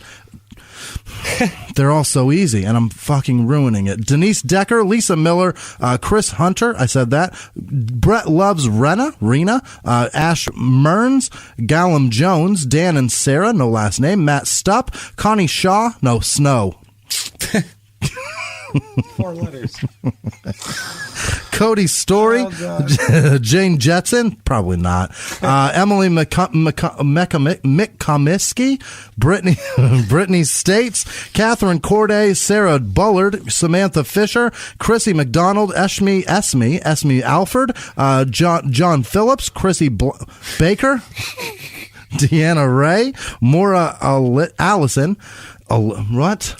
What am I doing? I don't know where you are. Vicky Simmons, William Johnston, Kevin. Helena? What? It's Kevin Larson. Bonnie Iris Ferris. Sakaya Matsukawa. Kara Buerer. Vicky Simmons. Cornelius Lee, and Cornelius, people say when you donate on Patreon, it only tells me on your first donation. That's why I only get one in there. And then if you want it again, just holler at me. I'll do my best. Jeremy Lemons or Lemos, Bonnie Ferris said that. Paul Egan, Shay Friedgood, Brenda Davey, Rebecca Hutton, Danny Eaton, Jason Elsis, Chris Reisenberger, Reisenbeck. Kaylin, is that Kaylin? It's Kaylin McKay, Bacon Bits the Cat, Flick Paw, Jade Winiarski, Hunter Steele, Michael Baez, Cynthia Nava, Julie Westmoreland, Christy Lee, Brendan Davey, that's right, Robert Ralphson, Cynthia Neva, Ann Campbell, Shannon Elizabeth, not the girl from American Pie. Megan Epperson, Victoria Dimmer, Demonda, Mickey Speaker, Mitch Ludwig, and then home stretch. Here we go. This is going to be the good part. Yeah. Luis, no, Lucy. Yeah, just right off the bat. That's a good part. Nice job. Lucy Frederick, I think. Gabriel Welch, Crystal Taylor, Old Greg Loves Games, Jessica Christensen, Louise God, I thought you were Rayfield. going to say cock on that one so much. I thought it was somebody fucking with their friend Greg. Old Greg loves games. You knew. I was like, Matt Seddon, Sarah and Alex, no last names on either. Kevin Conker, Jeffrey A., Jennifer Flage, Pamela Vanderwater, Shara Valentine, Ashley Vio, Joel Zhang, Rachel Shalkley. Yeah, it's Reagan Shalkley. I know There her, you go. and Yeah, I I was gonna fucked say, her name up. I think we know her. Jesse Hartman, Elizabeth Golicki, Justin. I think it's Justin Zagorski, Peyton Meadows, Simon Shed. That's right. Robert Shook. That's Jordan's husband. Yeah. Stian Smebby Norman. I think probably not. Katie L. Liz Vasquez, Kelly Robinson, Christy Holt, Tara O'Neill, Kevin McKee, Allison Villarreal, Catherine Collado, Lisa Owens, Kathy Murray. Oh, God damn it. Richard. Richard Baldwin, Jackie Sukup, Patty Nowak, Mistina Johnson, Sydney Oaks, Justin Zagorski, Pushy Flounder, I think, Okay. Kayla Fitzsimmons, Robin Anderson, Mark Foster, Johnny Longy Dingy Dongy, okay. Mark Foster, Ronnie Kumar, Emily Rayner, and I rattled that one off. Yeah, that so was fucking perfect. perfect. Kevin Gilmurphy, Neil Campbell, Megan Brown, Chris Coleman, Patrick Haggerty, Melissa Green, Krista Walker, Lori Gravelin, Mark Nizari, Madeline English, Lauren Demarath, and Susan Platt. You guys make me struggle, and I like it. I really appreciate it. Thank you. Thank you, you heroic sons of bitches. It's true. Fuck, we love you people. Yeah. Thank you. Honestly, Jesus Christ, you have no idea. If we put out a bonus and people start signing up for Patreon too, we're like, that's awesome that they want the material. They want that bad. more? Jesus. They want more. So Fucking thank you. people. Thank you for falling for our Trojan horse of murder. Murder is our Trojan horse that we try to sneak our comedy in there on. So thank you for inviting the horse in. Us. Thank you for buying shirts. Thank you for coming to these Everything. shows. Fuck. Thank you guys for being such amazing people. Absolutely. I'm really, really thrilled with the audience we've created and the people that we've bit. What if they wanted to tell you something similar, Jimmy? Yeah. How could they do that? You can find me Let at know. Whisman Sucks, WHISMAN Sucks on Twitter, Instagram, Snapchat. That's really the you guys are why we do it. So thank you. Yeah. What about James? You can find me at Jimmy P is funny, or just copy and paste my name from the show description and do it that way. That way you don't have to try to spell it because it'll take you a while. Yeah. It'll be like 3 months from now you'll get it if you copy and paste it a bunch of times. So Yeah. that said, do that. Hang out with us. Keep coming back every week. Good Lord, do we have more crazy shows. You betcha. Each and every goddamn week. And until next week, everybody, it's been our pleasure. Bye.